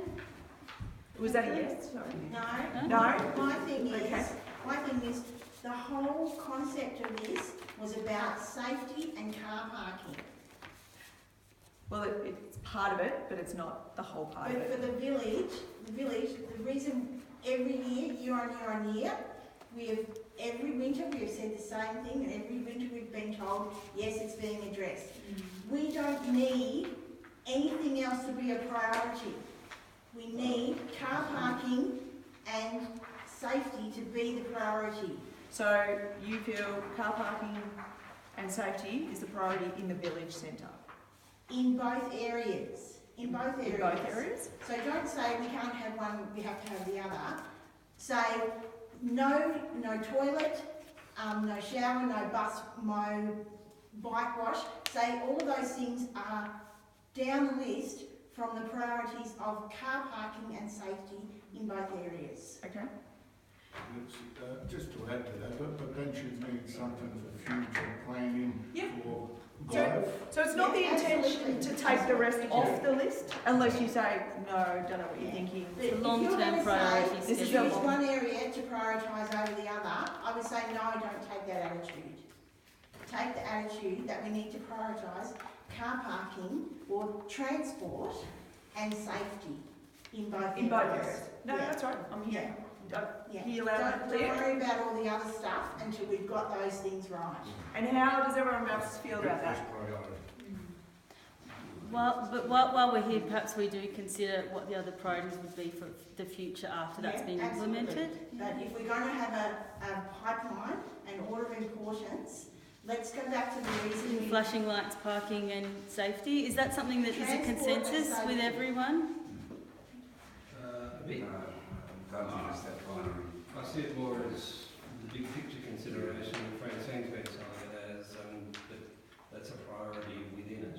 I mean, there's priorities and there's considerations. I agree with you, Miss, that yes, that is a priority, and that's one of the foremost things. That's the same thing year on year on year. Yeah, but if you... Our problems are about winter, and they are about transport and the safety of the people here in winter. But you can't view them in isolation, which is what's sort of been happening. I mean, if you're going to make infrastructure changes, the tourism product and how the whole place is used and everything else does become part of the conversation. It does, but if we have to prioritise it, Yeah. we are not going to have money to do all these things. Oh, yeah. If you're asking us to make a decision between the village centre and Scrubbers End, I think that's the wrong way to go.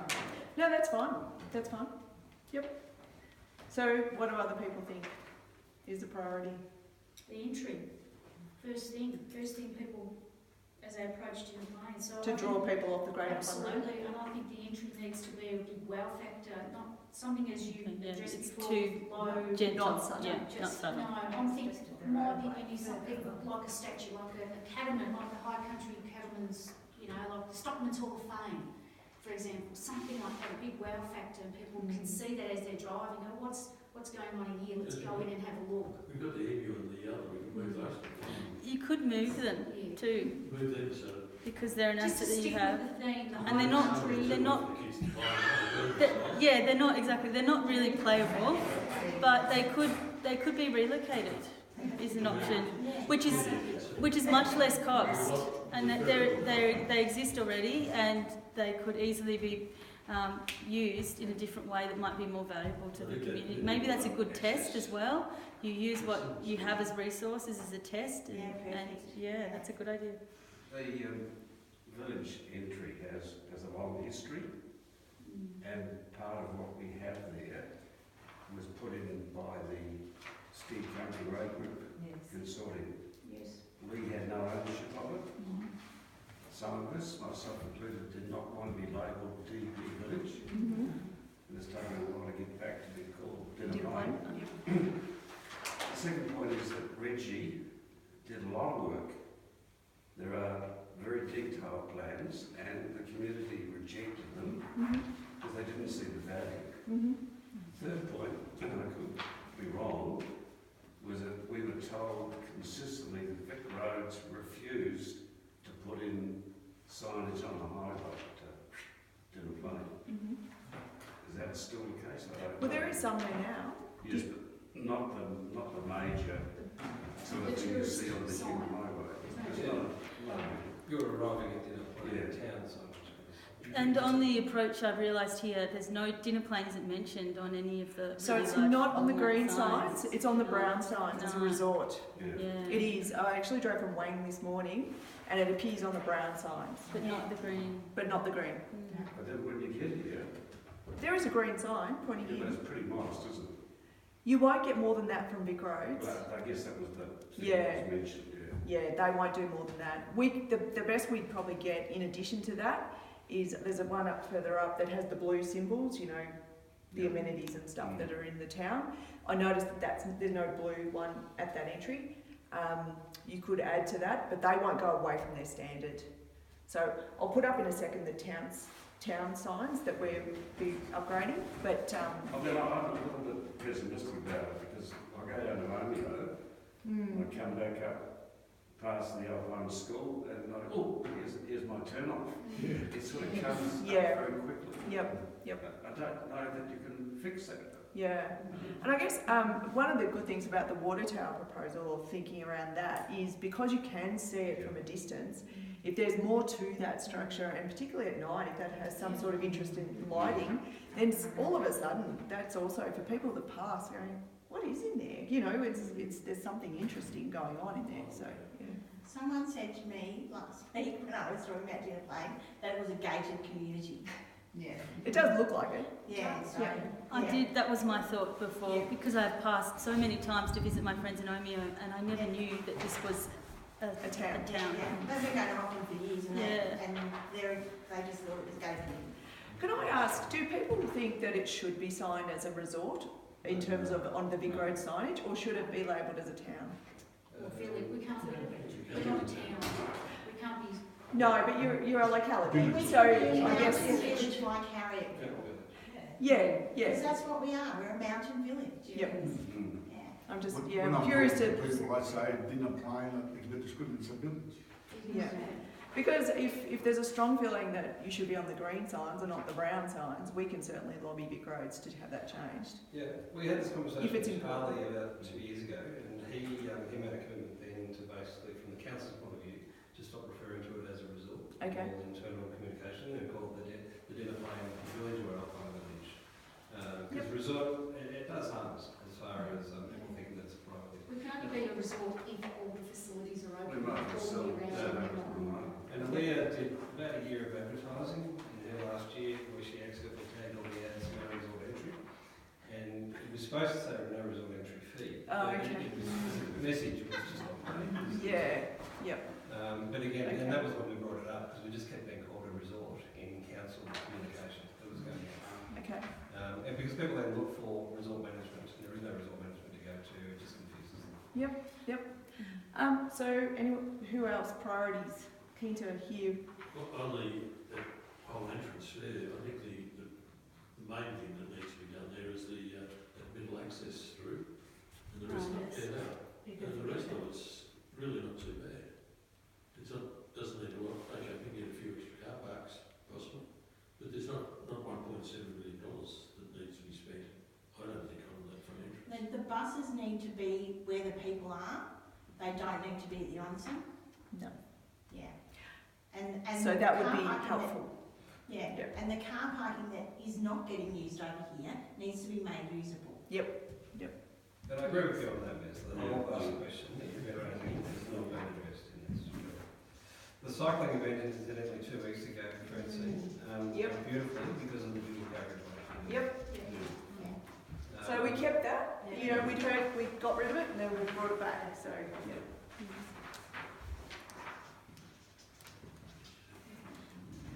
So in terms of separating the chain bays and the bus bays, what is the ultimate outcome?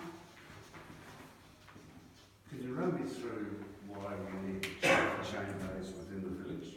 Because what happens is that people go out the front gate and see the sign that says they need to put their chains on, and they're out there and they don't know what to do and they don't know how to do it, and then they all end up all parked there, and then someone moves off the road and gets bogged, and it just escalates into an issue. I understand that, but that begs the question, how will they know they've got to put their chains on? Well, what do we do now? We put our own chains on now before It's they... not your responsibility with all I know, due but respect. otherwise we're getting called to come out here and deal with No, it. no, but I'm looking to the future. Yeah. If we've got a chain fitting bay within the village, Yep. how will people know officially that they are to put chains on? So again, it goes back to needing the correct signage in the right That spot. needs to be flashing daily signage. But Malcolm, that is a slippery point going out of the village, and I mean it's not unusual for cars to get out there, and that's where they first slide, which is dead set dangerous. I'm not arguing against it. For me, it's just the practicality of Communicating it. officially knowing you must put chains on here. It needs to happen before they're out on the main road. And I think perhaps it needs to be the same signage then as what exists at Hotham and so on, the large blue chain bay signs, the council So they are, the regulations are enforced by a contractor, Yes, the Vic Roads. You know, so mine is a legal question. okay. Will Vic Roads be prepared to operate a real-time sign within the plane? Right. No, that's a fair point. I think our thinking is this is really provides space for that, and not I don't think any of us thought that that's a fully fledged chain fitting bay. It's really just about providing that space. And in the summer, we saw that these are still valuable parking spots for those long vehicles, as we saw the trailers there today. Well, that was going to be my next question. For summer, we'll be able to do it slightly deeper, because again, as far as the hub and where the activity it's in that right around where your hand is. Yep. So any parking that's along there, people park there anyway. Yep. So if you watch human behaviour around here, that whole left-hand side as you come in, Yep. inside, is where people park their cars because they're near the playground, they're near the cafe, everything. Yeah. So if that chain link could double as summer parking. Yeah, oh no, definitely. That was the thinking, it's sort of multi-purpose, yeah. Yep, and because as Sarah pointed out, these are long bays, these were double length bays for long vehicles, but this does provide that space. You're in your RV, you don't know where you are, so you can easily pull up here, get your bearings at DP Hut and then decide where you want to park and where you go to from there. But if you don't provide that, then they're just cutting laps and deciding it's all too hard and off they go. Yeah. I'm not too sure where the drive is for all the extra car parking at the front is. I mean, and maybe somebody else can enlighten me, but do we need that? I mean, have we had those pressures? I understand the scrubbers end, but I didn't realise we had that amount of car park pressure. So originally there was talk that this car parking over here, was going to be for longer stay car parking. Yeah. Is that not? So, yeah, correct. It is It is. So the outside, is that right? Have I got that right? Inside. Inside was going to be overnight. Yes. So the thingy was in there overnight, and then the outside would be day parking only.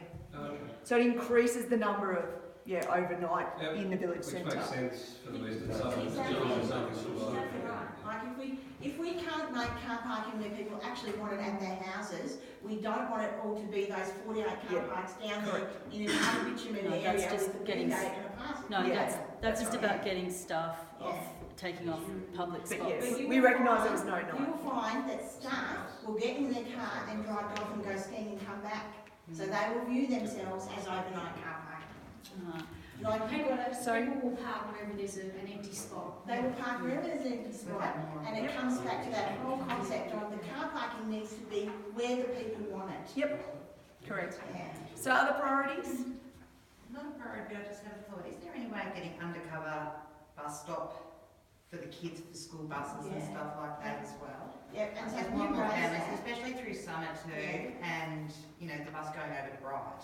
But our kids can be waiting in the rain sometimes, There's or what, the snow and the cold. 15 kids? 15 kids. Where's the bus shelter located? There is no bus Yeah, through the summer it's outside where ASC is, Yeah. but there's no bus shelter at all, so they're sort of waiting in the Can rain. definitely And be then over the costed. weekend they catch that from the front gate. That's right. Okay, that's good. Well, that actually, in a funny way, having a shelter on the road actually gives a visual presence to the town as well. So it does two things because it communicates this is a civic place here. Yeah.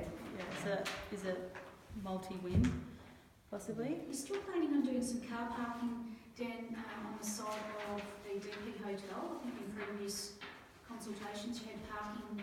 We had parking on the outside? No, on Big Mustard Drive. Oh, sorry. DP Hotel on the This one? corner, Didn't Plain Hotel, not No. High Plains. Oh, sorry. Yeah, sorry. Yeah. DP Hotel. So you had That one. parking on Yep. both sides? Yeah, we did on the Yes. previous version. We had it on the Yes. south, and what we heard was no, that's a bad idea because of the geometry and the crossfall that it needed to stay against the roundabout. It's better On Big roundabout. Mustard Drive you had some. Oh, down here. Yes, that's right. Oh, You had half a dozen or so in previous. yeah. We can still keep those. Yeah, sorry, they've disappeared. But yep, that can. There is space there.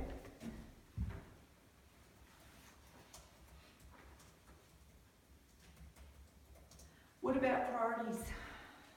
Do people agree that these are the priorities? Not heard anything about Scrubbers End. Do you want to to the Scrubbers End? Yeah. I just want to endorse what Ben said. I think that crossover road, which we've asked for, is a priority, and the bus stops is a cool thing. So definitely those two, from my point of view, the priority, and then pretty well everything in Scrubbers End.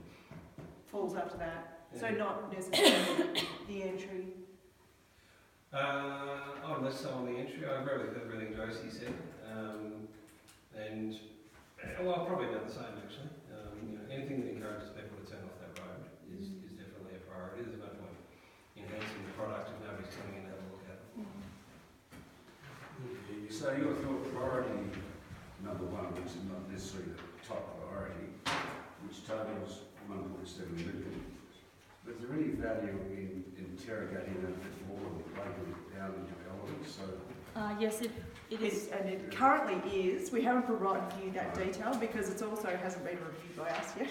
no. And I'm a bit mindful that there's no contingencies and. Yeah. No, I'm just looking at the value proposition. Yeah, yep.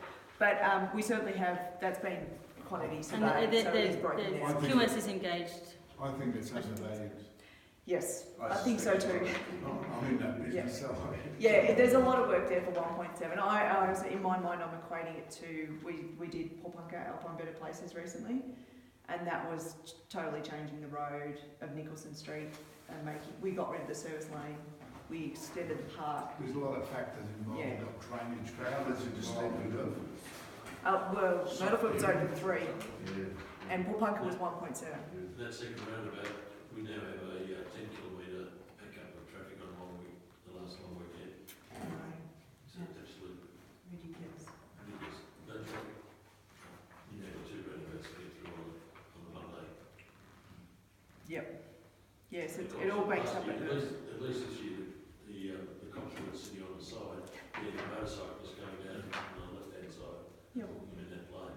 Yep. And we're sitting there. The other thing you've got to consider is this has got to be a staged development because we've Of got, course, and that's what Yes. brings costs up as well. And Yes. It's going to be an inconvenience to try to not inconvenience the public as much. Yep. Can I just go back to the village centre actually while we're just talking about that? So what we're hearing is, yep, happy with these long bay parking, happy with this crossover, happy to consolidate or improve the parking, maybe not in this format, maybe not angled, maybe it needs to be 90 degrees. And want to keep the one way, but otherwise probably don't want to fiddle too much with this area. Yeah, that was the, where you had the village green, as you call it. Yep. That zone up there. Yep. If you're going to do anything with, move it up. Yes. Yeah, so the community congregation is up at DP Hut. Yep. Just Yep. develop that more so. Yep. I see in the map you've got off-leash area too, and extension of the frisbee golf. Yes. On the other side too, yeah. But is that a high priority? Well, we can be smart about that, can't we? I mean, the 50 golf we can go for a sports event. Yeah, that's right. There's different pots of money. Correct. Yeah. Show us money, and then there's various governments pots which don't all go to get to it. Yeah. No. The fire spotting, look at as well. So back to Scrubbers.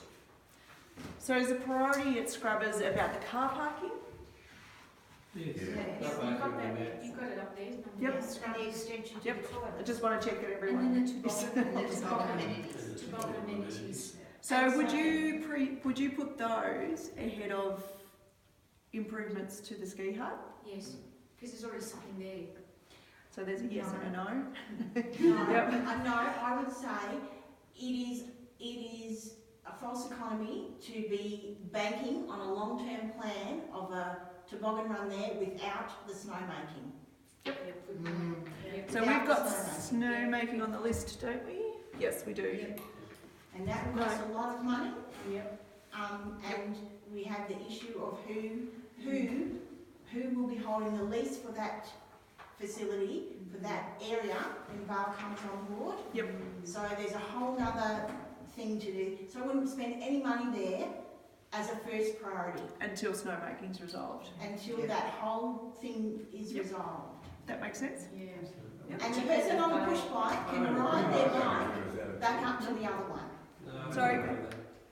So do you see the that? natural snowmaking, I reckon, already justifies what it is. It's the punters are voting with their feet, and they're going there, and they're just going to continue to do it. For about the amount of spend it is compared to everything else that's on the table, it's kind of minuscule compared to. I disagree. I think that unless like if this is a big picture thing, Yeah. and it's going to take years for this money to materialise, that snowmaking needs to come ahead of building any facilities down there. A person on a push bike can ride their bike back up to the other amenities in the summer and use it then. Oh, I don't know how you can say that when you look at the number of people who are down there this winter and the winter before. Yeah. We've had good snow. We've had good snow. And they're all on your toboggans. Yeah, I know, but it's not safe, is it? Why isn't it safe? Because there's not good snow there. The surface isn't well maintained. Well, how many people have been seriously injured? Well, I can't honestly tell you No, how many have been seriously I mean, injured. And what I would say is if the tube run is leaving that area, that would be my priority to do some tobogganing there and It won't happen. There's no way until that snow we can making. let that happen. Well, we don't know what the next people are going to do. Yeah. So currently, as it stands, Mount Hotham Ski Company have the lease over this land, and we're not aware of that changing in the short term. So, But there won't be a Mount Hotham company, Well, surely. there is. no, there still is that entity. Yeah. It's still the entity. Ski Co is limited, but it still exists. So are they not? So Vale's not taking Dinner Plain. They're buying all of the assets of Mount Hotham Ski Co, Including the lease. which includes the lease. Right. Yeah. And the lease doesn't get void or cancelled by virtue of the change of ownership. And I would have thought the Vale Corporation will look very seriously at the value proposition of the Zix now and look at how they may improve it, or indeed hand it back. I mean, we've got plenty of choice. That's what I mean. I don't think we should be planning on spending money on things until we know. The toboggan down the side is a safety problem is there with the old ski company and the previous, that's why they've moved it. But I think we're going to know quicker what Vale's doing than what anything we're discussing. Exactly. today. Yeah, I totally But agree. I think we, as a founding principle, tobogganing is only going to grow that part of the Try and help you. It's my understanding we're not only talking about this in terms of access to the toboggan run in winter, we're also talking about the development of the mountain bike trails and the walking trails. And at the moment, we've just got a confused mess here. So there clearly, at least in my opinion, needs to be some expenditure, irrespective of what happens here or what happens over there. Yeah, I totally agree with that. But what I'm saying is it's a way off. Well, it says for here, why should that be way off? Because that area is going to be used more and more now that the Yeah. bikes are in there and the money's being spent. It will become more a green season hub. That's yeah. right. Yeah. I think in terms of tourism as a broader perspective maybe that I can add as a non-community member would be that tourism growth is really going to increase over the green season. A lot of the coastal campsites are full in Victoria and there's a really growing industry in alpine visits and also, as everyone is saying, also just then of mountain bike trail riding.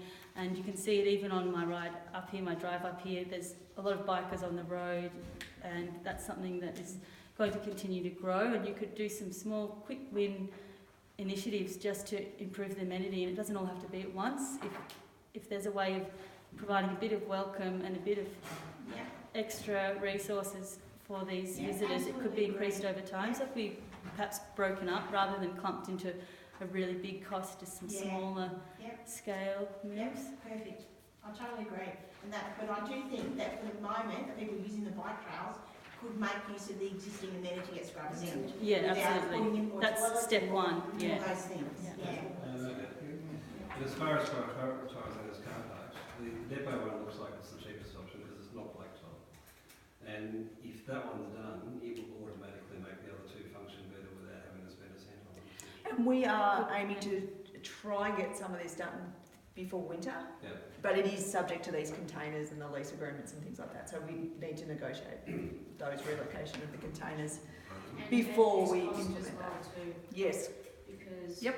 I have 2 containers down there. Yep. And I would not be Wanting to pay for relocation. paid to get Yep, a relocation. understood. So, Yep. but That's I fair think enough. also enforcing staff to get them to park down there. We are working closely with Mount Hotham Ski Company on that. So we can't do it without talking to them. Yeah. Clearly, yeah. There might be a shuttle bus system that links through in some way to the depot as well. I know there's a shuttle bus stop here, but Well, they can just walk. there could be a certain time that There's no people shuttle bus use. currently. So. Yeah. And there's no money for that. Okay. Sorry, up the back. Now we've got the depot, you're talking about doing U-turns with vehicles and widening the intersection? Just here. Yeah, have you thought about putting a roundabout there? Yes, that is under review with the traffic engineers at the moment. Yep. So, and it looks like it will be possible. Yeah. I think it'd be a lot safer. Yeah. Yep. Well, this is Yeah, this is council's lane at the and corner. that was where the petrol station was. So the service station's going to go. Yeah. I just making the comment, you said earlier on you're going to put crushed rock surface, it's just not feasible, that's not efficient. Yep. Okay. Even if you put a thin layer of asphalt, because it's only quite traffic anyhow. Yeah. Yep. Otherwise, it becomes Just no dangerous. good. Yeah, okay. But actually, the other is that there's no traffic. I mean, these are people who are parking their car and moving it once or twice in the season. And they just need to contact Gary and Mandy, and then they can Get the car out. get their car out. So this staff that live, so this is car parking for Mount Hotham Lift Company staff that live at Hotham, is that right? It would be for any staff that are working in the village or working at Mount Hotham. Yeah. A lot staying like at High Plains and stuff like that. Mm. Yeah. As well. Yeah. So there might be people who work at Mount Hotham but stay here at Dinner Plain or... Yeah, but what I'm saying is they won't be accessing it once or twice a year. No. They'll be going for their weekly shop, they'll be driving their vehicle up to go skiing on their day off, they'll be doing all other things, so it won't be once or twice a year that they're No, not accessing. we're talking about a couple of weeks maybe. That would be once a true for week. some, but that second scrubber's car park for a lot of cars that didn't move in 3 months in that car park last year. This one? Yeah. Yeah. So, sorry, you... I was just going to say about the extension to the toilets of that hut. That's really a priority, I would say. Yep. Yep, absolutely. Yep. Who looks after those toilets too? Down there, apparently the heating's been on in the toilet since Oh, I the haven't whole been summer, down there. like a sauna in They there. were used to go.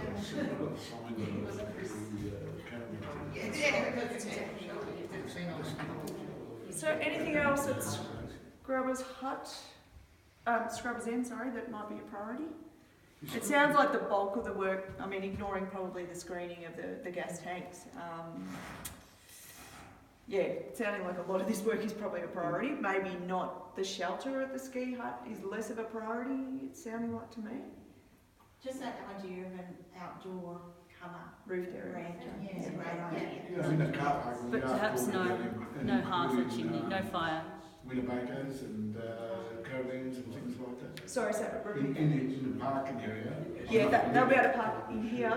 Is this what you're I asking? don't know where they are, but I see a sign there that says for Yep. Winnebagos and, you know, motor vans and things Yeah, like that. because we've got the RV dump point here. Yeah. So that's probably a good point though, that we need to make sure we accommodate some larger vehicles in this. Yeah. How many RVs do we get in the winter? You wouldn't get many, because that's not, you don't get your None? No, Well, but that's if you put in a nice warm shower, people will come and live there. Okay.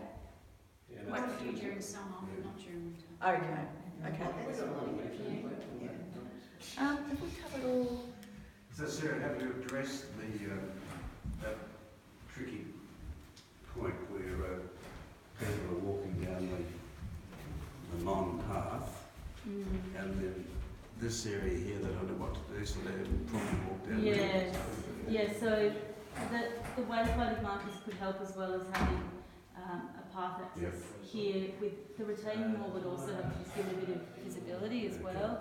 And a level surface, and it would need to be cleared though. Even having a cleared path will help. Oh, absolutely. Because but there's, you will create more of a retaining wall, so yes. people can be in line of sight and say this is where we go. Absolutely. Actually, maybe I'll show you the section on that just to. Oh, you've still got it on? Yep. In terms of the section, while we're on that, is it Alan?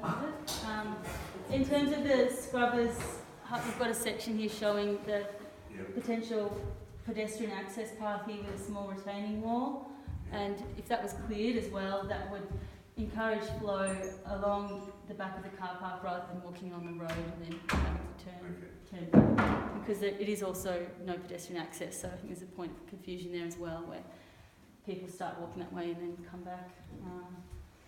I think, Okay. can we go back to the Back village now? centre maybe? Because I think we've tackled most of the points. So in this reserve, if people got a preference for, you know, pump track is more important than multi-court, more important than extending the playground. Wow. They need visibility, increase the visibility of the village. Yep. Yeah. How does the pump track location interact with the current golf course layout? That's true. The frisbee golf. It looks like it's in the middle of the hole. Oh yes, we don't have a survey yet at that level of detail, so, which we will receive before further documentation. But we'll make sure we're not conflicting. That's really a survey issue, that we haven't received that survey. The green area at the top on the left-hand side, over that side, yeah, which is virtually just open space now. Would the pump track go better in there? Rather than colour up the other side of the road? That's sort of marked as frisbee golf, extending the frisbee golf at the moment. We liked it here just because this is where all the trailhead signage will be, and So the DP hut toilets and But Yeah. moving all the other stuff up into there now, is there going to be enough room for water? yeah, I would say so through there. But you know, obviously we need to look at the frisbee golf, make sure we're not conflicting with that. That's already there. This is here. This is just about extending and sort of upgrading the playground really with a few elements. That is not a big footprint, so yeah, I think we could fit it in there. Is the roundabout an option for the pump track? I don't know how people would feel. really want to get a park. You could do both of them. It's a Do big both. bit of it. Yeah, why not? And the ice skating. We can't have our little village green. And the ice skating rink. All year round. Like an Go Elgin on, tree. Fred, say yes to us. Do it. So we got what when we do this extends. Like we don't, you know, we don't have to crowd everything here. It's just it's nice when you come in the town that you see things happening. And I suppose that's the other thing with the pump track here was you could see it happening. That's right. You could really run the golf anyway if it was in the way. Yeah. The golf's flexible, really. Yeah. That's true. Have you got Is- rid of one of the tennis courts? Sorry. Have you got rid of one of the tennis No, courts? no. There's two here, but then there's a basketball court over the top. Thanks, thanks so much, guys. I can see a heap of work there. Thank you. No worries. Yeah, so that's the intent is that's a multi-court, not just two tennis courts, you know. We've got plenty of room, let's use it for sure. Yep. Well, Fred said not maybe heard me say this before, but I'm very, very keen on a pump track. Yep. Because we see how the portable one gets used. It's now showing its age. It's going to fall apart. So it's well loved. Oh, yes. And as I think you said earlier, it provides an experience for young people before they get really serious about mountain biking. And then parents can watch them and all the rest of it. I just think it's a no-brainer. Yep. That if it's already built in with, can that also then be used for, say, snowboarders or skiers or whatever? Yeah, exactly. That's the hope, especially with the timber. The timber versions are multi-purpose in that way. Yeah. Well, I expect to see you lay down some rubber in it. The jumping pillow. I wish I could wind back years.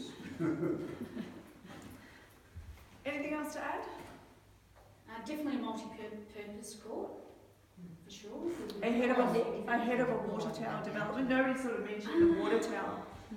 Like, where do people see that? That's an expensive project, obviously, but so is the multi-court. It's, you know, to improve that surface and put in drainage and do the proper earthworks and the pavement, it's about $260,000 just for that.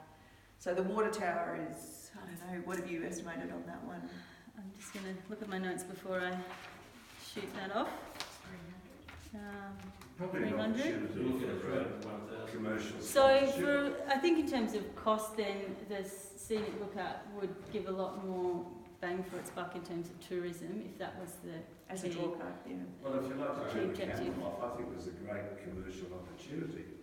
The water tower could have the Ramada brand on it, Ramada's highest asset. So we might start sending the message that it is a resort. Is there not a federal government opportunity here? We can have a bunch of candidates looking to announce shovel-ready projects in the next couple of months. We've already secured the Great Valley Trail funding. So Building Better Regions Fund is being announced in the lead up to the federal elections. So we were the beneficiaries of one of those projects, which is good. So the next ones will probably come after the election, I'd say, once the new government is bedded in, whoever that is. But yeah, tourism, like the focus on this round of Building Better Regions was tourism. And that, there's always sport and rec Victoria opportunities with this. So, that's something we can always keep in our back pocket, I suppose, when the funding opportunities arise. But yeah, I was just keen to understand, is it the water tower or is it something like this? Because it's probably similar investment amount. If the water tower can be a static tourism attraction, then I think, to me, that'd be a high priority. We've got some great tourism attractions here that we don't have operators for, which is not great. If we can have a good static one. But Malcolm's idea is the council against doing things in partnership with people like Ramada, because they have a genuine problem. They've got a lack of green season activities for people that come here. They would be the major beneficiary for 8 months of the year out of everybody here. So you mean in partnership to fund it, or to fund it? Is it something the council could take to Ramada? It is a possibility. Yep. And if you're developing the water tower, and that would flow in with the pedestrian access to the top. Yeah, it would draw people down there. Yep. Yep. I think also we need to take the water away.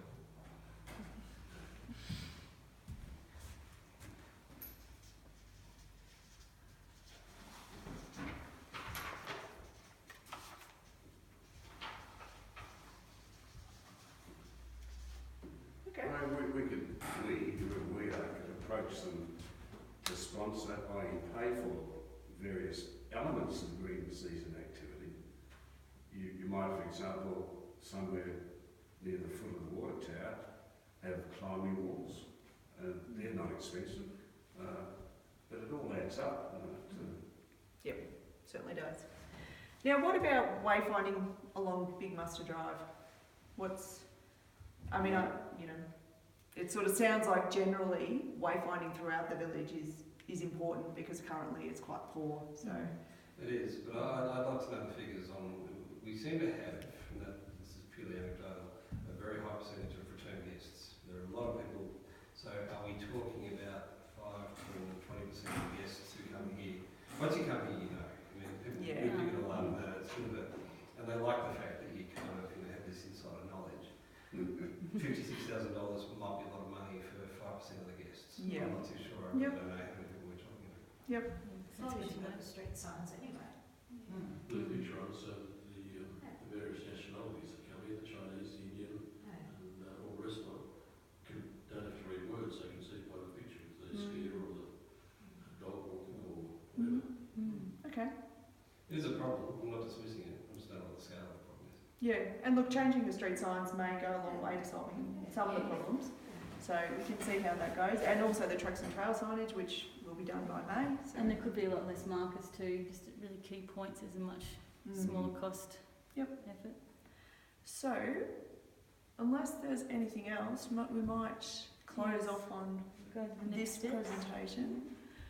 So I guess just to reiterate, I'm proposing to keep submissions open for a couple of weeks, so close on Sunday the 7th of April.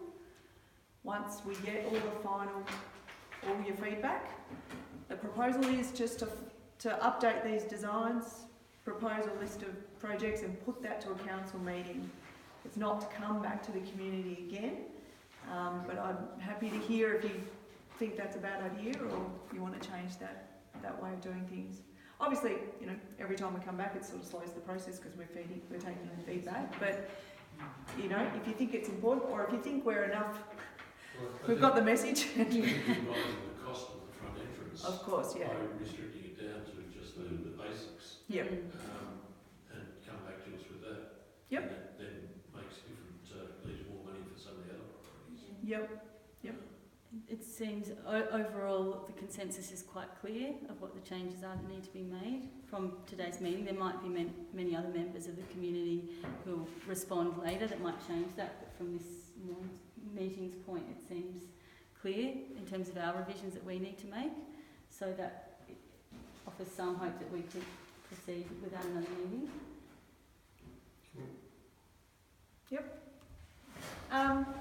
So I might stop recording now if everyone's okay with that.